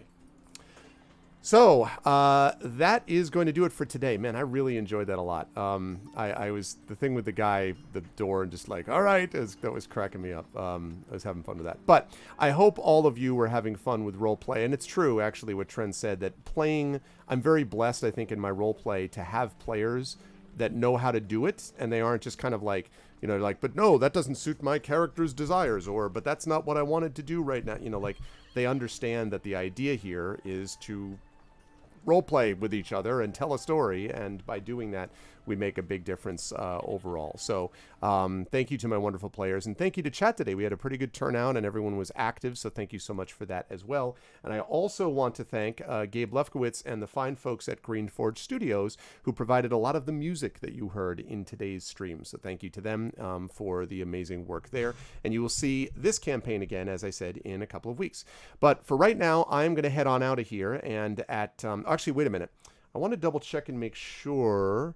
I don't think I have my, I don't think today is the nominations for the Patreon Fueled Chat Chosen Game of the Month. Let me just double check. Yeah, that's not till next week. Okay, good. So we don't have to worry about that. But I'm going to head on out of here because at 4 p.m. Eastern, I'm going to be over on GOG.com, and I'm going to be playing The Witcher 3 Wild Hunt Blood and Wine as I move ever further into that DLC. We're moving towards the end, so it's going to be really great, and I'm looking forward to that. It should be fun times. And I think that's the only thing I need to mention about that. I do want to mention otherwise about schedule, though, that again tomorrow you will see D&D on this channel with Community D&D with the Shadow Crew. Shadowed Mage is your DM, along with Rock God, Echo Alpha X5, Trishy Mats, and Hoodie. They will be with you tomorrow at 9 p.m. Eastern, Wednesday at 9 on this channel. Thursday we're off. Friday we'll be back at 8:30 p.m. Eastern with Esper Genesis as we get back into that space opera. And then Saturday we have D&D with Infinity and Beyond Curse of Strahd, as we just talked about, which is happening. And then Sunday we will have Brandon O'Brien returning with the joint Speculate Twitch event of Blades in the Dark that we do once a month on this channel. So that's going to be great times. I am very excited for all of that, and I hope you folks are too. And if you are, I hope you will consider spreading the word about the channel. And of course, that's exactly right, Arudinel. It is communal storytelling, and that's what, at its best, I think that's what D&D and games associated with it, tabletop role-playing like Adventures of Middle-earth does so very, very well, is exactly that. But that's going to do it for me. I'm going to head on over to GOG. I want to thank everyone who was here. If you like what you saw, please spread the word about the channel. Please follow us here on the channel. Check out the YouTube, which has past broadcasts of this and other streams on !ArvTube. !ArvCord is the Discord channel where you can hang out with Arvanauts in between streams. !ArvTweets is my Twitter, where you can check out my tweets about when I go live.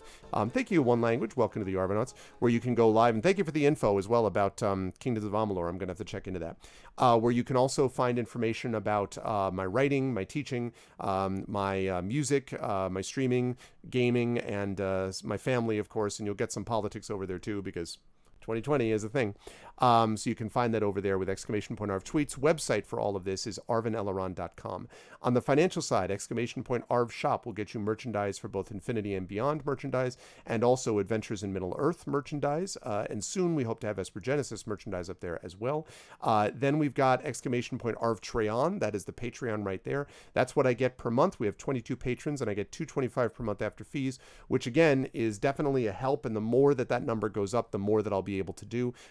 I do pay the voice actors. I want to pay them even more. I want to be able to add even more things into the channel. I want to be able to hold another contest, another Arvanaut Idol contest, so I want to be able to do another writing contest. I want to do another talisman tournament. So all of that stuff is aided through the Patreon, and you can get copies of one of my band's albums. You can get an epic character background or epic poem written about you. You can get critiques of your writing at a high enough level, and you can also get inspirations, one of which was used today to inspire Amal's character, the River. You can get inspirations to help the players in all of my tabletop campaigns, and we got a lot of tabletop coming up this month, so you can do that by supporting us over at the Patreon with !Arvtreon.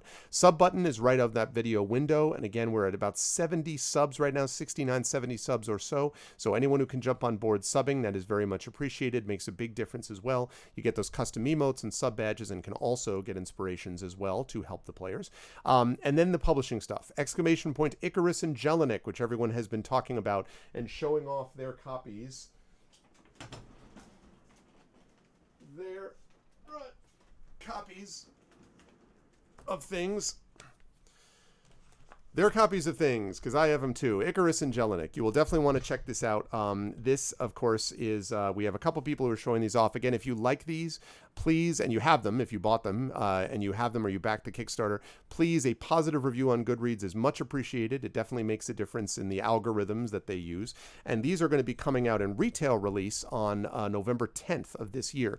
If you missed it, we do still have a few of these pre-release, basically pre-retail copies that are left. And if you go to that link that was just placed there, you should be able to get those. We have a few left, not many, but we have a few of these left, so you could get copies of these in print. And I'm very proud of these. I think they came out very well, and I'm super excited for other people hopefully to jump on board as we go through. So that is going to be cool, and I cannot wait for hopefully more good response as time goes on for that. ! Library is Tales and Tomes from the Forbidden Library, my 5e adventure sourcebook and adventure, and I am extremely excited for the print versions of those, which are coming soon. That is a silver seller right now on DriveThruRPG, so you can get it in digital right now and get it in print to come. That's ! Library. ! Greyshade KS is my Greyshade Kickstarter. I was just talking about, prowling about through crazy cities, dark, creepy cities, and that's what a lot of Greyshade is about. So if you like that kind of Assassin's Creed, Jason Bourne,